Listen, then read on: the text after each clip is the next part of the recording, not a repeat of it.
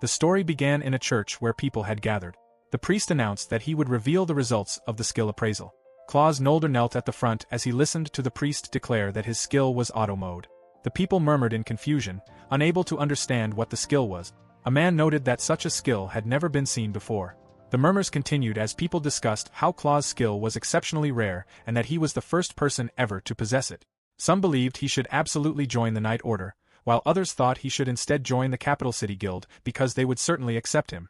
Claus believed his skill was unique, possessed a huge variety of abilities, and had the potential to develop into something strong or even mighty. He wondered if this meant his path toward becoming a star adventurer had finally opened. Back in the present, within the misty forest, Claus looked around as he recalled that those had once been his thoughts. 3 years had passed since then. Claus Nolder was now 18 years old and currently level 10. He reflected on what auto mode actually was. At skill level 1, auto return automatically returned him home from fields, dungeons, or anywhere else. Its only purpose was taking him home. At skill level 2, auto travel automatically transported him to any place he had previously visited. Although convenient, it only worked on locations he already knew and nowhere else. Because of that, Claus had remained a low-rank adventurer for the past 3 years. He recalled how his party members had grown tired of him and questioned how much longer he intended to leech off the party like a parasite. In his memory, the silhouette of a man cleaning his sword smirked as the subject came up again. The man insisted they could not simply dismiss Claus because he had to resign on his own, otherwise people would assume the man was poor at scouting party members. Another adventurer suggested making Claus resign himself, reasoning that no one would stop him anyway. Hearing his party members speak about him that way brought tears to Claus' eyes as they continued laughing at him. Back in the present, Claus shifted his attention to the last hobgoblin. He successfully sliced it in half until only the field boss hobgoblin remained, groaning fiercely at him. Claus raised his sword against the boss and resolved to finish both the battle and the quest. Gritting his teeth, he reflected that he had left the party, started taking solo subjugation quests, and had continued his adventure alone for the past 3 years. He fought the hobgoblin fiercely and attempted to stab it from the side, but the boss caught his blade in time. Even so, Claus successfully drove the sword into its chest, finally killing the field boss. He exhaled in relief as he caught his breath, satisfied that the hobgoblin was finally down. He proceeded to collect the field boss's rewards and found a hobgoblin magic stone. After rummaging through the field boss's body, he examined the magic stone and noted that it was larger than those dropped by regular goblins. He smashed it into pieces and leveled up.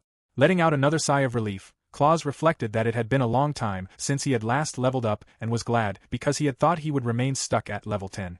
He scrolled through the holographic skill screen and reflected that everyone who had started alongside him had already reached level 50. Even so, he could not bring himself to envy them because there was nothing he could do about it. Focusing on his level up, he gained 19 status points, and upon reaching skill level 3, he unlocked another unknown skill. Excited, he realized the points were enough to level up his skill. He hoped for a useful ability while recalling everyone who had doubted him for still being a low-rank adventurer. He continued hoping for something useful before finally selecting the new skill. He unlocked a new skill called Auto Resource Collection. He fell to the ground in disappointment, realizing it only collected resources automatically.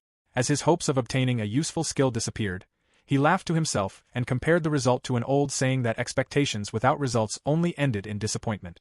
He got back to his feet and reflected that it would have been nice if the skill automatically healed wounds or automatically increased his level. Instead, it was merely an ability that calmly collected herbs. As the sun began to set, he decided to call it a day and headed home by activating Auto Return. After activating Auto Return, Claus waited for the arrival timer to reach 0. Moments later, he found himself in front of his house at night and went inside. As he entered, he announced his return but was immediately greeted by his little stepsister, Liz, who welcomed him home and noticed that he had come back late. Claus apologized and explained that he had gone on a small expedition that day. Liz observed that he was dirty once again and insisted that he take a bath before eating dinner. Although Claus maintained that he could manage on his own, Liz thanked him for his hard work that day. A short while later, Liz informed her stepbrother that she had prepared hard rye bread and napa cabbage with bacon stew for dinner. Freshly out of the bath, Claus thanked her and said he would eat after drying his hair. Liz instead insisted that he eat first while she dried it. As she began drying his hair, Claus protested because it hurt and insisted he could do it himself. Liz maintained that it was important to eat the stew while it was still warm because she had properly reheated it for him. She encouraged him to take a bite, believing it would help him feel a little better. After taking a bite, Claus asked if Liz had noticed. She admitted that she had and wondered who he thought she was. Claus reminded her that she was his sister. Liz asked whether it was about his work as an adventurer, and Claus confirmed that it was. She then asked if his unique skill had ranked up. Claus answered that it had before apologizing, leaving Liz confused about why he felt the need to apologize. Claus admitted that he had not earned much money and had only continued causing trouble for her. He reflected that her father had never returned from battle and that his own foolish father, who had taken Liz in, had also gone missing. Because of that, he believed it was his responsibility to support the two of them. Seeing how distressed Claus was, Liz hugged him from behind.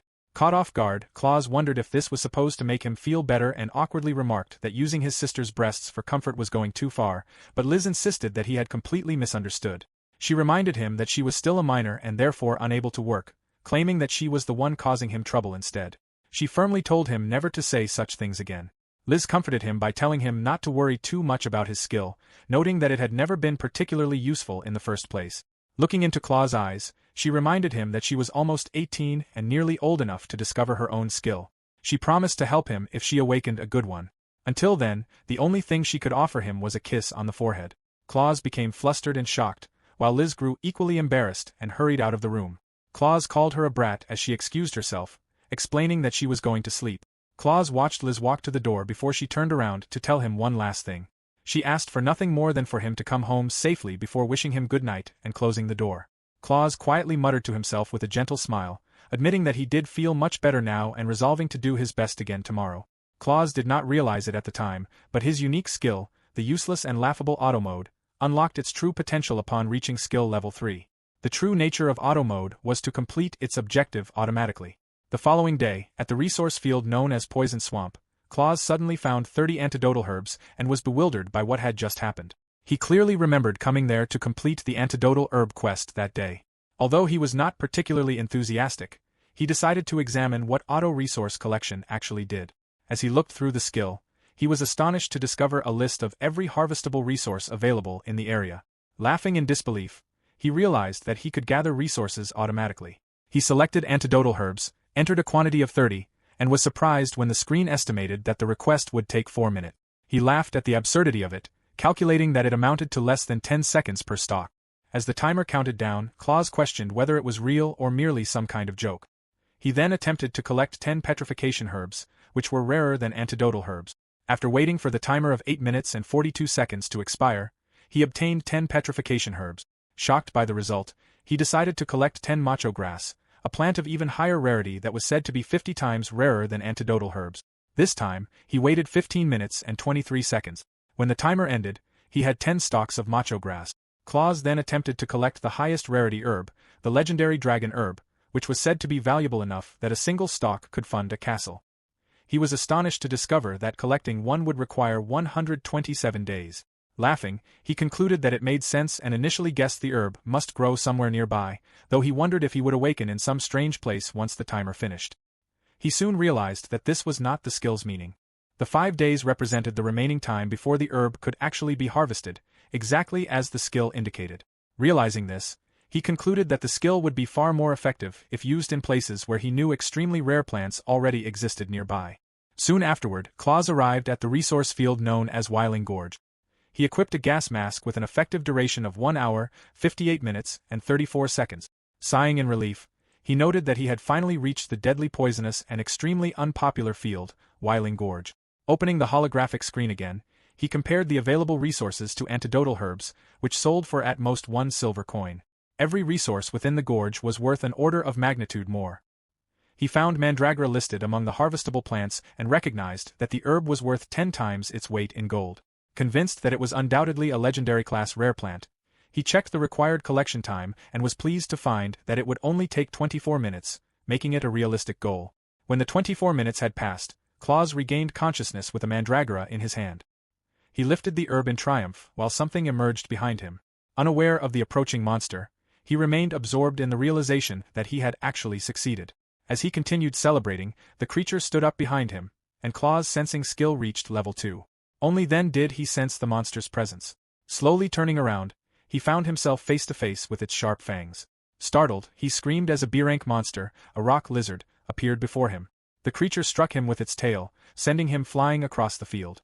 Panicking, Claus could not believe that a rock lizard had appeared in such a low-rank field and wondered why a monster like it was there. Believing he was about to die, Claus cursed under his breath, shut his eyes, and apologized to Liz in his thoughts. Memories of their time together flashed through his mind. Opening his eyes once more, he regained his resolve. Determined not to leave Liz alone after promising to return home, he refused to break that promise. Drawing his knife, Claus resolved to survive and make it home no matter the odds. As he prepared to fight while thinking of Liz waiting for him, the rock lizard unexpectedly became frightened of him and turned its head away. Claus watched in astonishment as the monster trembled and drooled before realizing that the cause was the mandragora. He held the mandragora closer to the rock lizard, causing it to cower even more. Understanding what was happening, he activated auto-resource collection to harvest another mandragora. The mandragora released its deadly scream, making the rock lizard writhe in agony. Claus realized that hearing a mandragora's scream drained a creature's life, but while auto mode was active, he remained unconscious and could neither see nor hear anything. In other words, the rock lizard alone suffered the effects. Seizing the opportunity, Claus leaped forward and successfully killed the rock lizard with his blade. This marked the beginning of Claus' comeback. Possessing a skill that had long been dismissed as useless and having spent years being looked down upon as a worthless person, he had finally taken the first step toward proving himself once again. Back at their home, Liz happily hung clothes beneath the bright sun as Claus returned carrying the rock lizard over his shoulder and a bag filled with high-ranking herbs. Spotting him from a distance, Liz warmly welcomed him home. Chapter 2 began at the Adventurer Guild headquarters.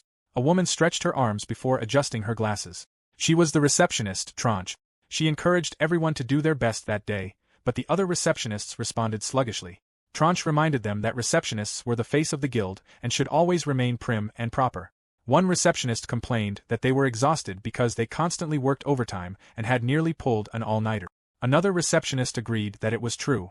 Tranche dismissed their excuses, explaining that receptionists should be as graceful as dancing swans and must never let customers see how worn out they were. The blonde receptionist cursed the men from the previous day, blaming them for the situation. Another receptionist explained that they had disappeared for an entire week before suddenly returning with a massive haul of materials without making an appointment. The blonde receptionist added that they had no idea how time-consuming and laborious it was to sort, assess, and consolidate everything for shipment. Tranche brushed aside the complaints and simply told them to wash their faces. The blonde receptionist then asked whether the person under Tranche's guidance had been around recently. Tranche looked puzzled before the other receptionist remarked that she had not seen him for quite some time. She clarified that they were talking about the low-level veteran. Tranche asked whether they meant Claus. The moment Tranche mentioned his name, Claus arrived carrying an enormous haul of loot.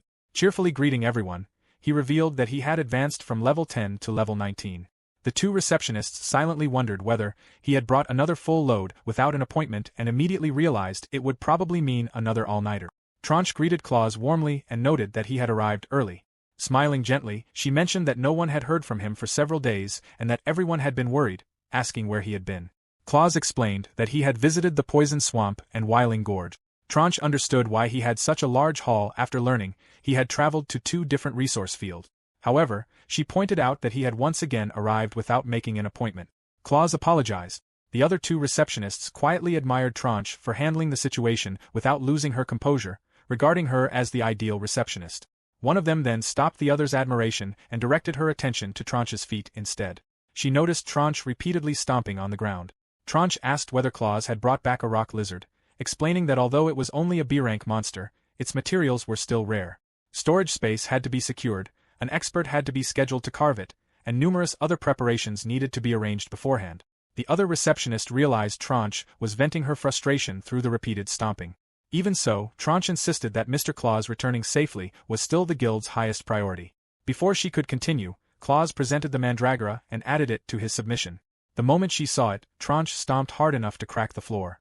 Hearing the sound, Claus wondered what had happened. Tranche immediately changed her demeanor and calmly instructed Claus to accompany her to her office. Both receptionists were left speechless in shock, and Claus was equally bewildered. As Tranche pulled him away, Claus questioned what he had done wrong. Tranche told him to ask that again after his innocence had been proven and instructed him to follow her so they could talk, adding that he should close the door behind them. Inside the guild master's office, Madame Salazar reviewed Claus' information before placing his guild ID on the table and smiling at him. Madame Salazar explained that Claus had not been summoned to be reprimanded for any wrongdoing. She served him some tea and first expressed her appreciation for all of his hard work within the guild. She then revealed that there was something they needed to discuss, startling Claus. Placing the mandragora on the table, Madame Salazar explained that it was an item that was extremely difficult to obtain. With Tranche standing behind her, she asked Claus where and how he had acquired it. The atmosphere grew tense as the two women waited for his answer. Claus calmly explained that he had simply happened to find the mandragora in Wailing Gorge by pure chance, wearing a bright smile as he spoke. Although the two women accepted his explanation, their suspicions remained unresolved.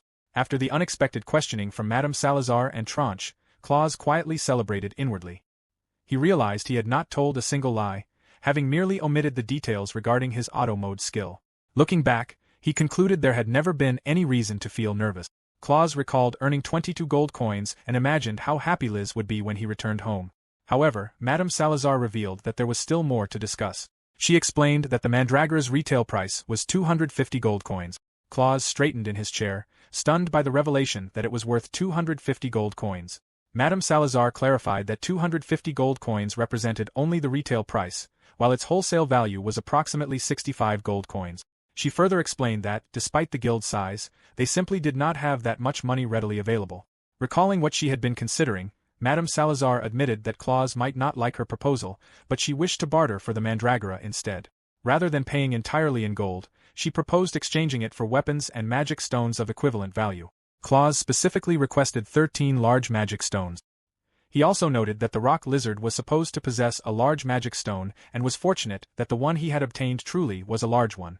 Claus believed those magic stones would allow him to raise his level. Filled with determination, he resolved that both he and Liz would reach the top. The scene shifted to Madame Salazar watching Claus leave through the window. She remarked that something about the situation felt strange. Only the previous day, Claus had seemed like nothing more than an incompetent adventurer, yet he had suddenly returned with a mandragora, an S-rank material, and had even defeated a B-rank rock lizard despite being only a D-rank adventurer. Madame Salazar instructed Tranche to keep a close eye on Claus, believing he might become someone the guild could rely on, or that the day's achievements might simply have been a stroke of luck. Either way, she wanted the situation properly assessed. Tranche assured Madame Salazar that Claus would not slip out of the guild's sight. The following day, the scene shifted to Claus venturing alone into the unpopular beginner field known as the Twilight Mines. After switching on the headlamp attached to his helmet, Claus reflected that he had already witnessed the full potential of auto mode's plant collecting and wondered whether the other collection options would produce similar results. Now at level 27, he ventured deeper into the cave and decided to test the ores option. Unbeknownst to him, a cloaked figure appeared to be following him from the shadows. Chapter 3 began with Claus accepting a quest to gather 20 glowstones 10 times and receiving a map of the Twilight Mines. He explained that the mine was a vast underground complex excavated by an ancient dwarf tribe more than 1,000 years ago to mine mithril deposit. In the present day, it was primarily used to gather glowstones. Claus noted that glowstones were an essential material used as a light source for streets and homes. Despite their importance, they could be mined in almost any mine, making anything smaller than a medium-sized glowstone worth little more than a child's pocket money. He reflected on their value in copper coins. A small glowstone was worth 1 coin, a medium glowstone 2 coins, a large glowstone 5 coins, while the value of an extra-large glowstone remained unknown. Claus then opened his status screen and relied on what he considered his secret weapon, auto mode.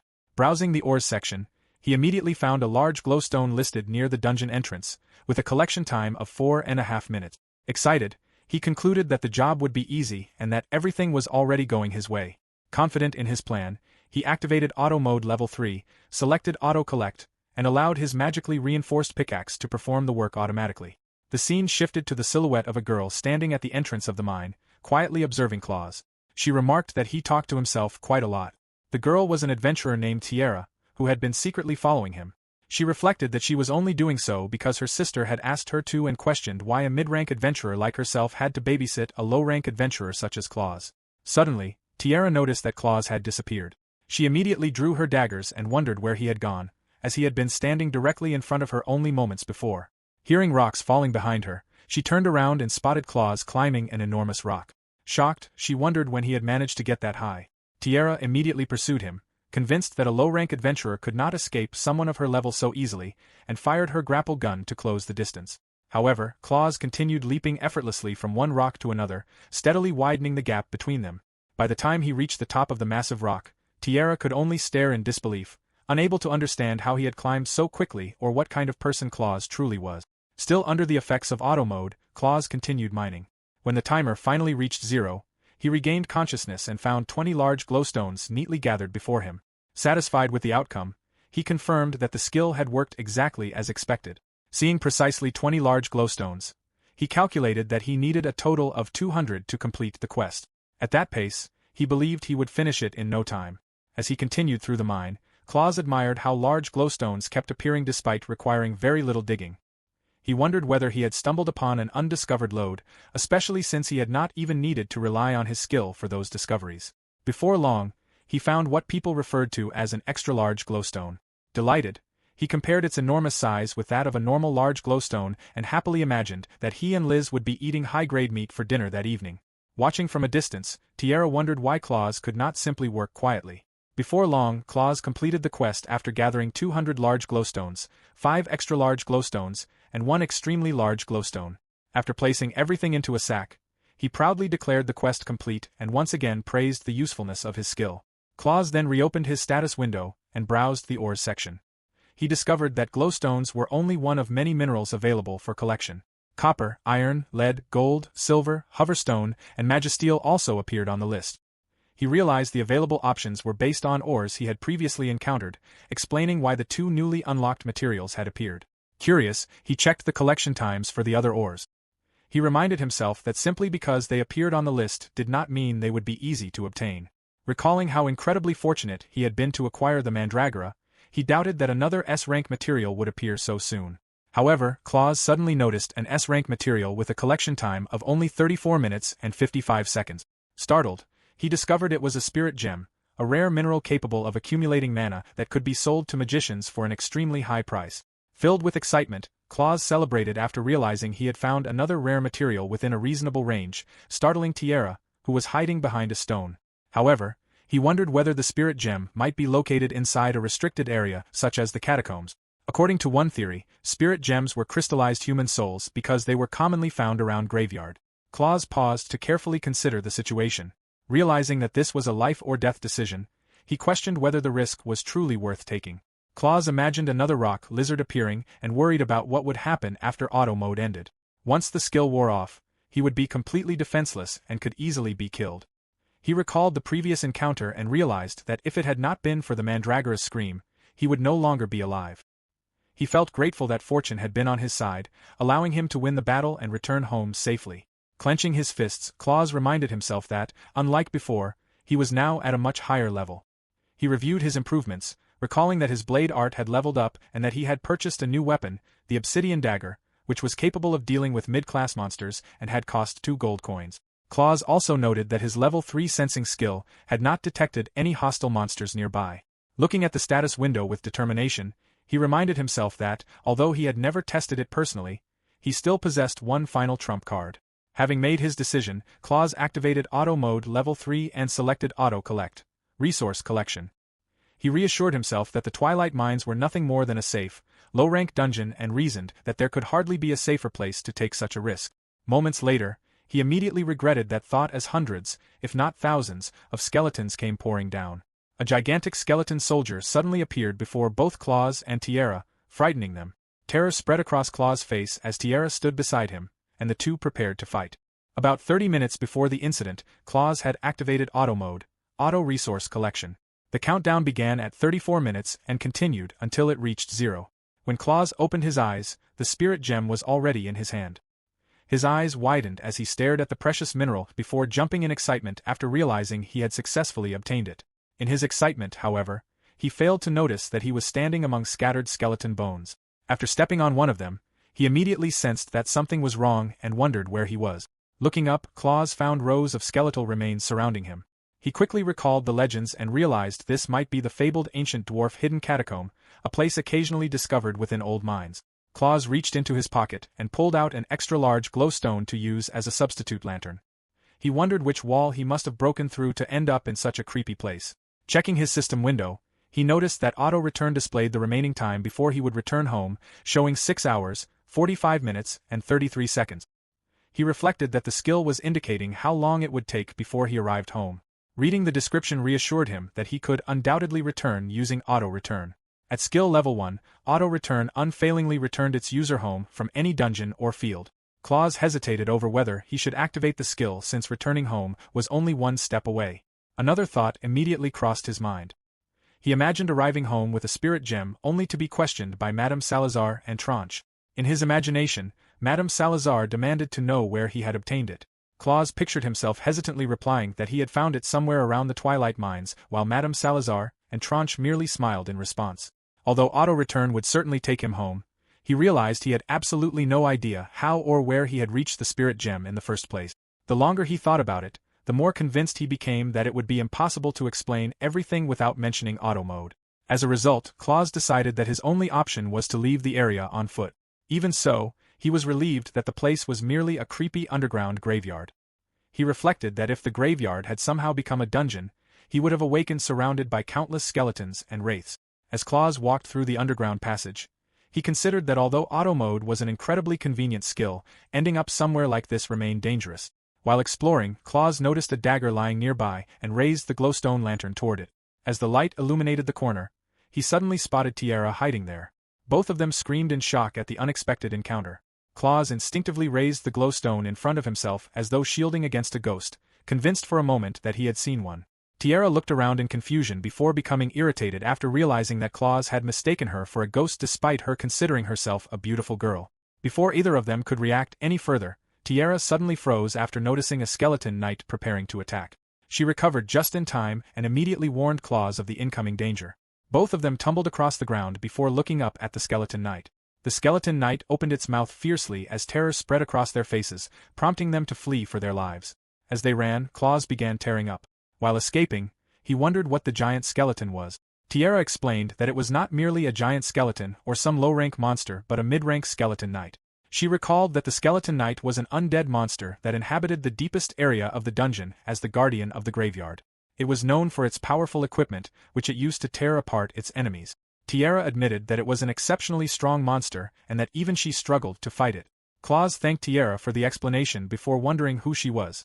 Tiara gritted her teeth, realizing that her identity was about to be revealed. Meanwhile, Claus quietly observed her appearance, noticing her long pointed ears, tan skin, and that she was a dark elf. She appeared to be around the same age as Liz, and he also noticed that she had a similarly petite figure. Without warning, Tiara punched Claus while they continued running. She introduced herself and admonished him for referring to people by their race, explaining that it was rude. She also accused him of staring at her with inappropriate eyes. Claus immediately denied the accusation, insisting that he had not been staring at her at all. The skeleton knight continued pursuing them as they rounded another corner. Claus looked back and realized it was still following them. Wondering what the monster actually was and where it had come from, he voiced his thoughts aloud. Tiara responded by questioning how she could possibly know the answers. Claus insisted that the skeleton knight had suddenly attacked him without any warning. Before the conversation could continue, the two of them reached a dead end. The skeleton knight appeared behind Claus and swung its enormous sword. Just before the blade struck, Tiara leaped forward and shoved Claus out of the way. Claus crashed onto the ground while Tiara intercepted the skeleton knight's attack with her own weapon. As she struggled to stop the blow, Tiara questioned whether the skeleton knight was truly only a mid-rank monster. Claus anxiously called out her name. Without taking her eyes off the enemy, Tiara told Claus not to worry about her and urged him to leave. She insisted that she would hold the monster back and ordered him to escape. Claus gritted his teeth and ran. As he fled, countless thoughts raced through his mind.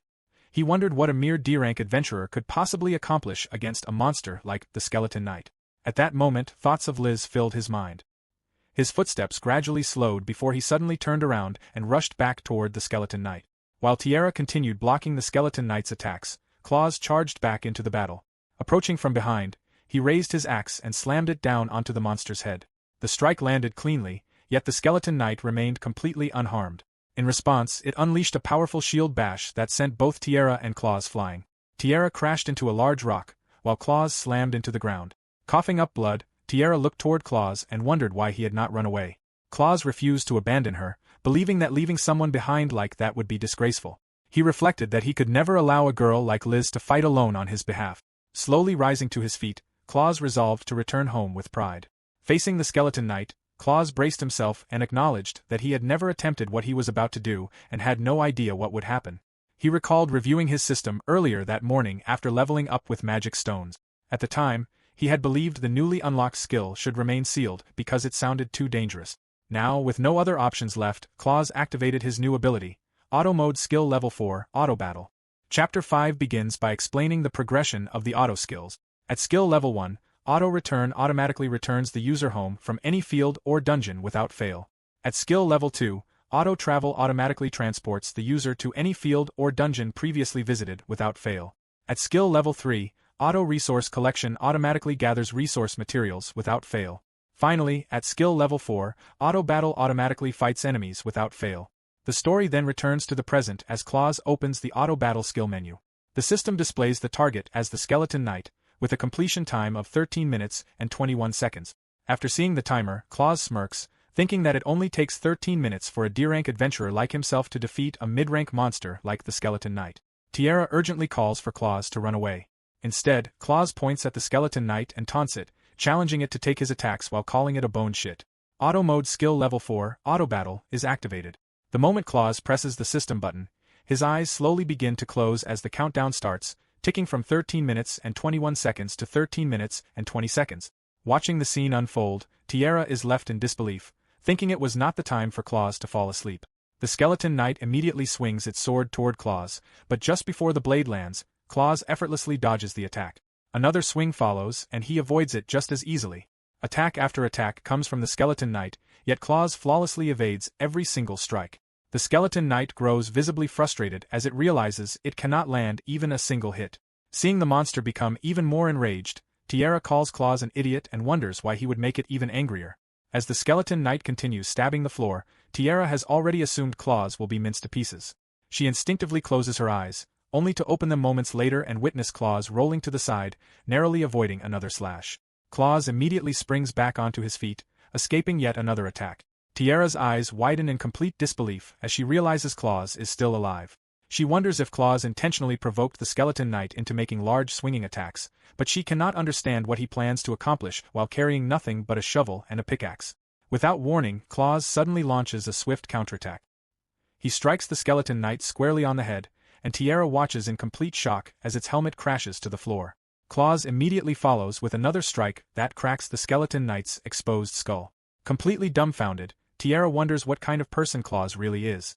The Skeleton Knight turns toward Claus and retaliates with another series of attacks, but Claus calmly dodges every swing. Seizing another opening, Claus delivers a clean strike that chops off the Skeleton Knight's arm, causing its sword to fall to the ground. As Claus continues avoiding every attack with effortless movements, Tiara can hardly believe what she is witnessing. She can only stare in disbelief and wonder what kind of adventurer he truly is. Claus then lands gracefully on the handle of his shovel, but the remaining time until completion is still 7 minutes and 42 seconds. Chapter 6 begins at the Adventurer Guild. At the reception desk, Tranche is left in complete shock after seeing a spirit gem wrapped in cloth. She stomps her foot so hard that a crack forms in front of the counter before immediately asking if it is really a spirit gem. Claus is caught off guard by her reaction as nearby adventurers turn their attention toward them. Embarrassed, he asks Tranche to lower her voice. Tranche can hardly believe what is before her eyes, a spirit gem. Before she can say another word, Claus quickly covers her mouth and whispers for her to stop shouting before everyone hears. Hearing the commotion, one nearby adventurer wonders if it is a spirit gem, another questions whether it is simply another glow stone, and a third stares at the covered object and exclaims that it is enormous if it is real. While Claus continues covering Tranche's mouth, the receptionist standing behind her watches the scene in surprise. Tranche removes Claus's hand from her mouth before asking whether he understands what this means. Still smiling, she suddenly grabs both of Claus's hands. Claus awkwardly smiles and admits that he probably overdid it again. Tranche immediately scolds him for talking nonsense and asks whether he has already forgotten what happened before or if everything has to be spelled out for him. Looking away, Claus pauses before reluctantly admitting that he understands what she means. Claus sighs as he realizes he is about to be summoned to the office again. The thought of returning to that intimidating room makes him visibly uneasy because of Madame Salazar. As he looks toward the office door, he notices it slowly opening. Standing there is Madame Salazar, wearing a mischievous smile. She quietly slides the door open farther before calling Claus inside. The sight alone is enough to send a chill through him. Tranche respectfully states that she will guide him to the office. Inside the guild master's office, Claus sits across from Madame Salazar while Tranche stands nearby. Looking at the spirit gem on the table, Madame Salazar asks where it came from. Scratching the back of his head, Claus explains that he simply happened to stumble upon it.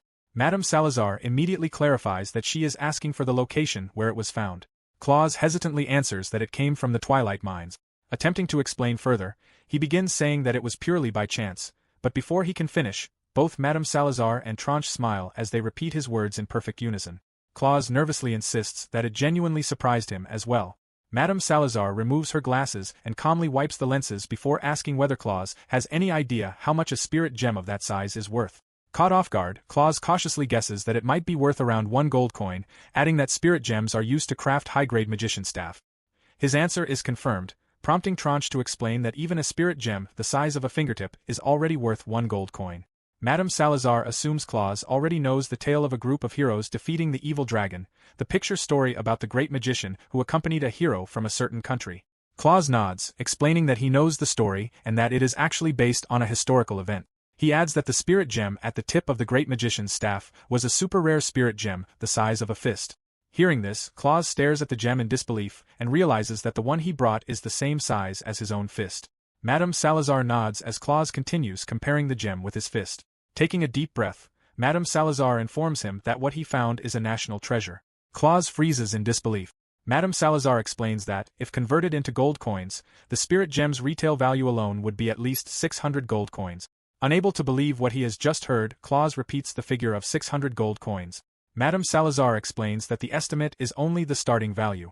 After evaluating the gem's purity, examining its internal structure, polishing it into a gemstone, mounting it onto a staff, and accounting for the artisan's craftsmanship, its value could rise to 1,000 or even 10,000 gold coins. Hearing the figure of 1,000 gold coins, Claus abruptly stands from his chair. Satisfied with his reaction, Madame Salazar continues by explaining that the guild can only purchase the spirit gem at the wholesale value of 100 gold coins. She places 100 gold coins on the table and reassures Claus that the guild is not trying to swindle him, as that amount reflects the value of the raw gem. Claus silently stares at the pile of gold coins. He realizes that even the wholesale price is far greater than the 65 gold coins he received for the mandragora. He calculates that the amount is equal to 100,000 rye breads and briefly wonders whether he will ever need to work again with that much money. Madame Salazar then presents a wooden box and offers Claus another option. Inside the box are 5 large magic stones equal in value to 100 gold coins. Tranche gently places the box in front of Claus. Madame Salazar asks which reward he wishes to receive.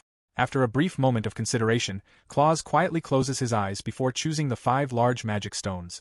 Madame Salazar nods in approval, concluding that Claus must be aiming to become a top-rank adventurer. Tranche tells him that he may take the magic stones home and looks forward to seeing more of his contributions to the guild.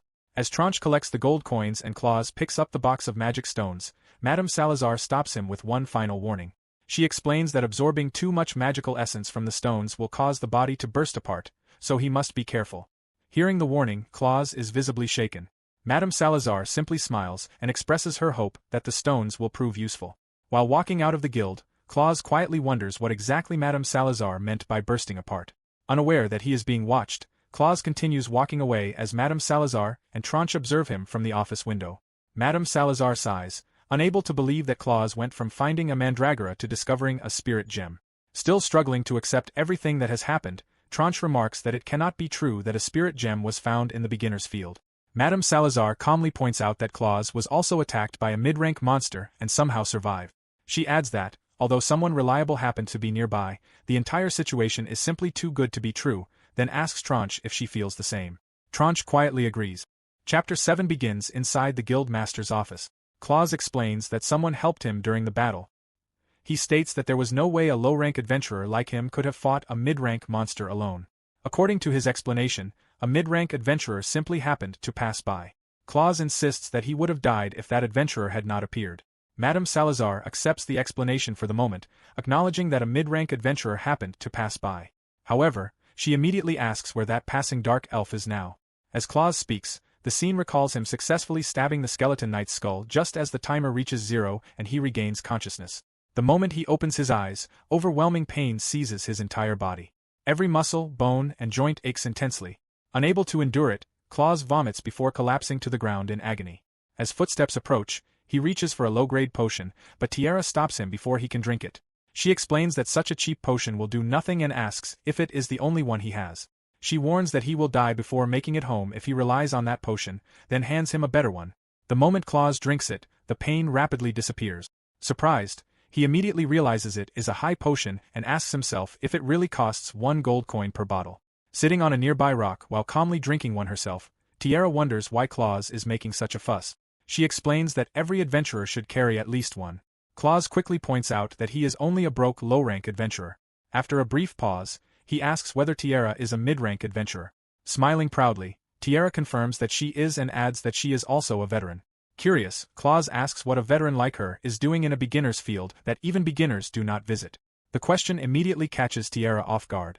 Unable to admit that she was secretly assigned to monitor Claus, she tries to hide her panic by suddenly claiming that she has just remembered an important appointment with someone in that very place. Without waiting for another question, she hurriedly says goodbye and runs away. Claus reaches out to stop her, hoping to thank her properly, but Tiara disappears before he gets the chance. The story then shifts back to the Adventurer Guild. Inside the guild master's office, Madame Salazar and Tranche stand near the doorway as Tiara kneels respectfully on one knee before them. Madame Salazar looks down at Tiara and asks whether she wishes to correct herself, admitting that she had expected much more from her. Avoiding Madame Salazar's gaze, Tiara apologizes and admits that she has no excuse. She explains that while tracking Claus through the mine, he suddenly began acting strangely, and before she understood what was happening, a skeleton knight unexpectedly appeared. Madame Salazar dismisses the explanation, asking whether that means Tiara can simply blow her cover and allow herself to be seen by the target. Tiara apologizes once again. Madame Salazar remarks that there is at least a silver lining, as Tiara succeeded in saving Claus's life by helping him during the fight. She states that this good deed will cancel out her mistakes this time, but firmly warns that there will not be another next time. Tiara hesitates before speaking. Noticing her hesitation, Madame Salazar asks if there is something else she wishes to say. Tiara respectfully replies that Madame Salazar has misunderstood what happened. Tranche turns toward Tiara as she continues. Tiara explains that she was not the one who defeated the skeleton knight. Madame Salazar slowly turns around and asks Tiara to explain herself. She questions whether Tiara is claiming that a low-rank adventurer made the greatest contribution in defeating a mid-rank skeleton knight. Tiara immediately denies even that. The scene recalls Claus standing alone before the skeleton knight. He calmly gestures for the monster to approach. The moment it attacks, Claus effortlessly dodges the strike. Using the handle of his shovel as a foothold, he launches himself upward and smashes the skeleton knight beneath the chin. Without giving it time to recover, he strikes the exact same spot with his pickaxe before slamming the monster to the ground with his shovel. Pinning it in place, Claus repeatedly drives his dagger into the weakened point before using the shovel to completely shatter the skeleton knight's skull. Tiara admits that Claus had already overwhelmed the monster and defeated it by himself before she even understood what had happened. Madame Salazar remains silent for a long moment before turning toward the window. Without looking back, she quietly remarks that the situation is truly unfortunate because she had expected better from Tiara.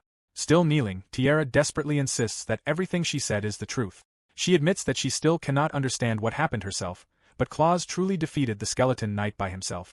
Madame Salazar finally turns back and summarizes Tiara's report, asking whether she is truly claiming that a low-rank adventurer defeated a mid-rank skeleton knight entirely by himself. Tiara swears that it is the truth. Before Madame Salazar can respond, Tranche, baffled by the report, informs them that it is still inaccurate. According to the preliminary report regarding the loot clause submitted, the monster was not actually a skeleton knight but a skeleton general. In other words, it was a high-rank monster. Tranche adds that this also explains why even Tiara struggled against it. The revelation leaves Madame Salazar, Tranche, and Tiara completely speechless as the realization slowly sinks in. If that is true, then Claus defeated a high-rank monster by himself.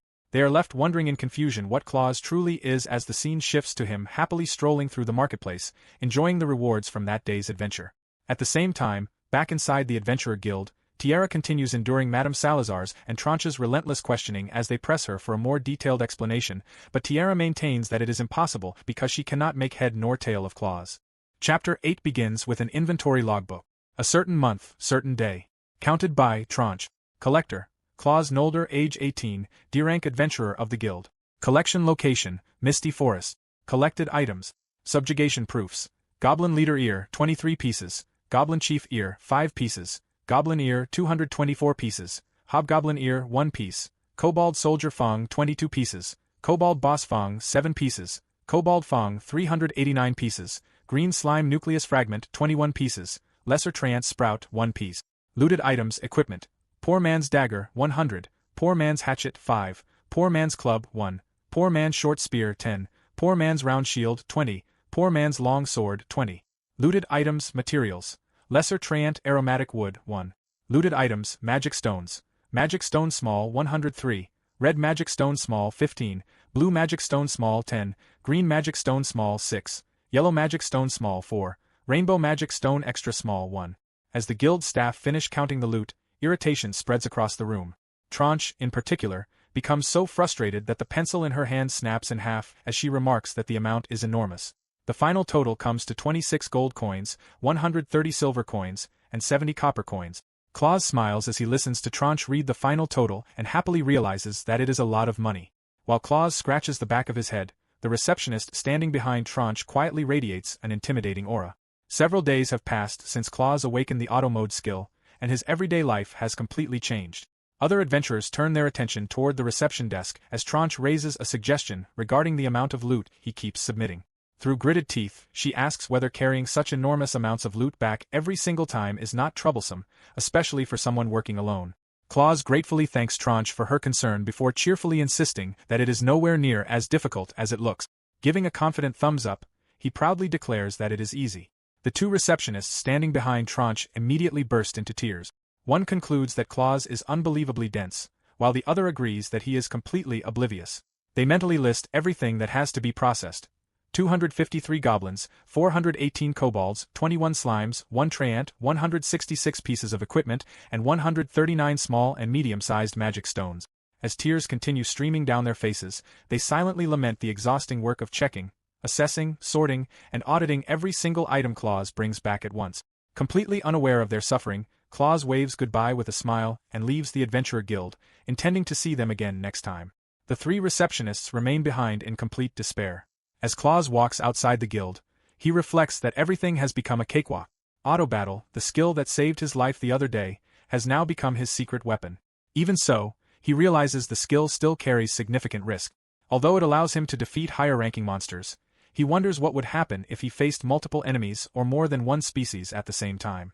Concluding that he needs to resolve this issue, he heads to the beginner's field in the Misty Forest, where only weak monsters can be found.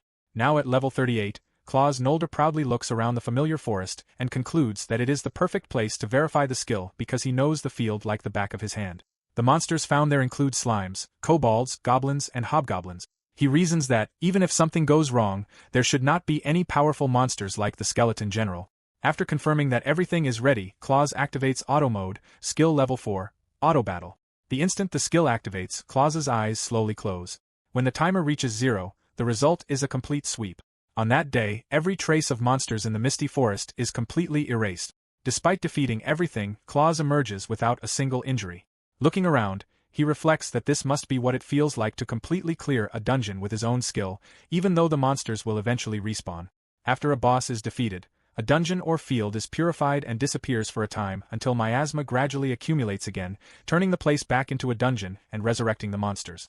After using the skill multiple times, Claus realizes that it has never gone rogue even once. Observing the aftermath, he concludes that auto battle may be even more absurd than he first thought. So far, it has successfully defeated every low-rank monster it has encountered. Based on that observation, he begins to wonder whether the skill could also defeat every high-rank monster. However, Claus quickly reminds himself that the skill is not without weaknesses.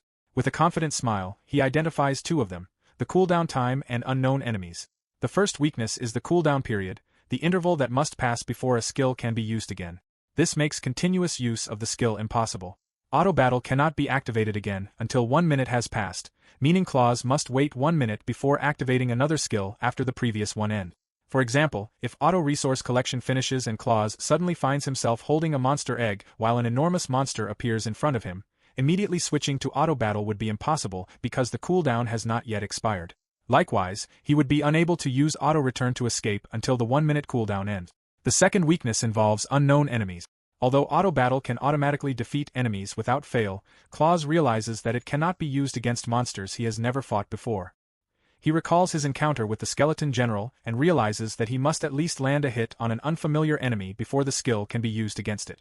Even so, he smiles, concluding that aside from those weaknesses, auto battle is a reliable trump card for reaching the top. Chapter 9 begins in the middle of the night outside Claus and Liz's house. Standing at the front door, Claus lets out a sigh and reflects that he became so absorbed in verifying his skill that he came home late. He wonders whether Liz has already eaten dinner. As Claus opens the door and begins apologizing for being late, a spatula suddenly flies toward him and smacks him on the head. The spatula bounces back and Liz catches it with ease. Liz angrily scolds Claus for being late. Liz, his 14-year-old younger sister, pouts in frustration and complains that Claus promised to come home early that day. As punishment, she declares that he will be eating cold soup for dinner. Claus hurriedly apologizes and begs her to at least hear his explanation first, but Liz immediately brushes him off, insisting that she does not care. Claus explains that he simply became immersed in something and did not realize it had already become dark. Liz complains that he always uses the same excuse, though Claus quickly denies it. Liz eventually sighs and admits that she already knows Claus is happy because his skill is improving, but she no longer cares about that if he keeps ignoring his surroundings and comes home heavily injured. Looking at Liz, Claus realizes she is referring to the injuries he suffered while fighting the skeleton general. The scene briefly flashes back to the previous day. After Claus returned home from the battle, Liz noticed several bruises all over his body while checking on him. Claus had believed that the high potion he received from Tierra would heal all of his wounds, but fresh bruises still remained beneath his clothes, and Liz scolded him after discovering them. Letting out a quiet sigh, Claus realizes that ever since that incident, his sister has become something of a bundle of nerve. Returning to the present, Claus sincerely apologizes and admits that he was wrong. He insists that he did not do anything dangerous before asking whether there is anything Liz wants. Liz immediately accuses Claus of trying to bribe her by buying her things. After a brief pause, however, she admits that, if he insists, she would like a brand new cookware set, specifically the Supreme Mithril one. Claus asks if she is referring to the cookware they saw in town that was priced in gold coins. Liz smirks, pleased that he remembers it, and Claus agrees to buy it for her. He then recalls asking what the use of a mithril pot was and sarcastically wondering if it was meant for cooking a dragon, laughing at the thought. Curious, Claus jokingly wonders whether Liz intends to cook a dragon after all. Liz immediately glares at him before calmly revealing that the thing she wants to cook is not a dragon but Claus himself. Claus freezes in shock. Chuckling mischievously, Liz explains that if Claus comes home injured again, she will personally tenderize him with the mithril ladle. Claus hurriedly protests, asking her not to joke about such painful things. Liz firmly insists that she will not forgive him even if he cries and apologizes. She tells Claus never to push himself too far before smiling warmly and asking him to promise that he will never forget it. Claus raises both hands in surrender and promises that he will not overdo things anymore. He also promises that, no matter what happens, he will always return home safely to his cute, incredibly cute, and beloved little sister, Liz. Her face immediately turns bright red. Watching her reaction, Claus quietly reflects that Liz is right. Nothing good will come from attempting the impossible. Claus decides to take a bath before dinner. As he walks away, he grins to himself. Although he still intends to reach the top, he refuses to do so in a way that makes Liz cry. Before heading off, he teasingly asks his beloved little sister whether warm soup can be served instead of the cold one. Unable to stay angry any longer, Liz gives in and agrees to reheat the soup before telling Claus to hurry and take a bath. During dinner, Claus proudly tells Liz that he earned 27 gold coins that day, meaning the mithril cookware is finally affordable. As the evening continues, Claus reflects that reaching the top will require not only hard work but also careful planning, turning impossible things into possible ones. The following morning, Claus proudly arrives with a donkey pulling a rental cargo cart. Holding her lunchbox, Liz stares at the cart in complete confusion and wonders what it is. Claus proudly introduces it as his new arsenal, a rental cargo donkey cart borrowed from the guild that very morning. Liz points out that she already knows it is a donkey cart and wonders whether Claus has become a street peddler or something similar. Claus proudly denies it, explaining that it is meant for adventuring. Claus explains that he came up with the idea after deciding to continue aiming for the top without forcing himself to do impossible things that would only make Liz worry. According to him, the common strategy would normally be to recruit an ally. The moment Liz hears the word ally, she becomes visibly excited. Claus agrees, explaining that having an ally makes the impossible possible. It becomes easier to fight strong enemies, the burden of carrying heavy luggage can be shared. He can return home faster and reduce the chances of being scolded, and he can explore even farther. The scene briefly recalls that Claus, now 18 years old, carried more than 700 items on his back the previous day. Claus sadly admits that, because he has been completely ostracized, recruiting allies is impossible. As Liz quietly listens, her eyes begin to water. She pleads with him not to talk about himself that way because she does not want to start crying early in the morning. Claus then proudly declares that he solved the problem with money by renting an ally. He admits that he almost feels like crying because, with this donkey, he can handle most of his current problems. Jumping onto the cart, Claus enthusiastically announces that today's plan is to conquer 3 different locations. Liz is shocked by the number. Claus happily drives the donkey cart away, planning to clear every unaccepted quest across the 3 nearby unpopular beginner field. Watching him from behind, Liz wonders in disbelief whether visiting 3 different locations in a single day is even possible. The story shifts to the Adventurer Guild. Tranche and the other receptionists look visibly exhausted. The red-haired receptionist asks her senior whether Claus really accepted every single unclaimed quest for the unpopular field. The blonde receptionist confirms that he did. She explains that, the previous day, Claus accepted every remaining quest for the Misty Forest. Today, he accepted every available quest from the Poison Swamp, Twilight Mine, and Wailing Gorge. The red-haired receptionist grows increasingly worried, realizing that Claus cannot possibly return to submit everything at once because that many quests normally require a party of several people working over several days to complete. Laughing nervously, the blonde receptionist insists that there is no way Claus could finish all of them in a single day. She also points out that the donkey cart is only rented for 1 day. Relieved, the red-haired receptionist remarks that everyone will finally be able to leave work on time instead of facing another grueling day. Nearby, Tranche quietly lowers her head while resting a hand on the reception desk as a faint smile appears on her face. The two receptionists turn toward her. Tranche calmly tells them they are worrying too much. She explains that, no matter how much of a role Claus has been on recently, it is simply impossible to complete such a copious number of quests in 1 day. The red-haired receptionist hesitantly points out that Claus has already performed one miracle after another. Tranche lets out a quiet chuckle and concludes that there is no reason to worry unless Claus actually accomplishes the impossible once again. If that time does come, the guild will simply take the appropriate measures, even if doing so results in dire consequences for the solo adventurer Claus. Nearby, a hooded woman quietly examines the quest board. The moment she hears the name Solo Claus, her body suddenly stiffens. She slowly turns toward the reception desk and silently repeats the name. Chapter 10 begins at the Adventurer Guild's bar and diner. The place is lively, with adventurers eating, drinking, and chatting. One adventurer brings up a certain bastard, while another remarks that he somehow managed to make Ms. Tranche angry again. A chubby, bald adventurer reacts in disbelief at what was done to Tranche. A skinny adventurer scoffs and tells him to calm down, reminding him that Ms. Tranche does not belong to him. Shifting the topic, he wonders who that idiot even is. Nearby, a hooded woman quietly listens while eating. She overhears the name Claus and realizes that people around the guild also know him as the veteran low-rank adventurer. After finishing another bite, the hooded woman stands up and approaches the group discussing him. She politely remarks that they seem to be talking about something interesting.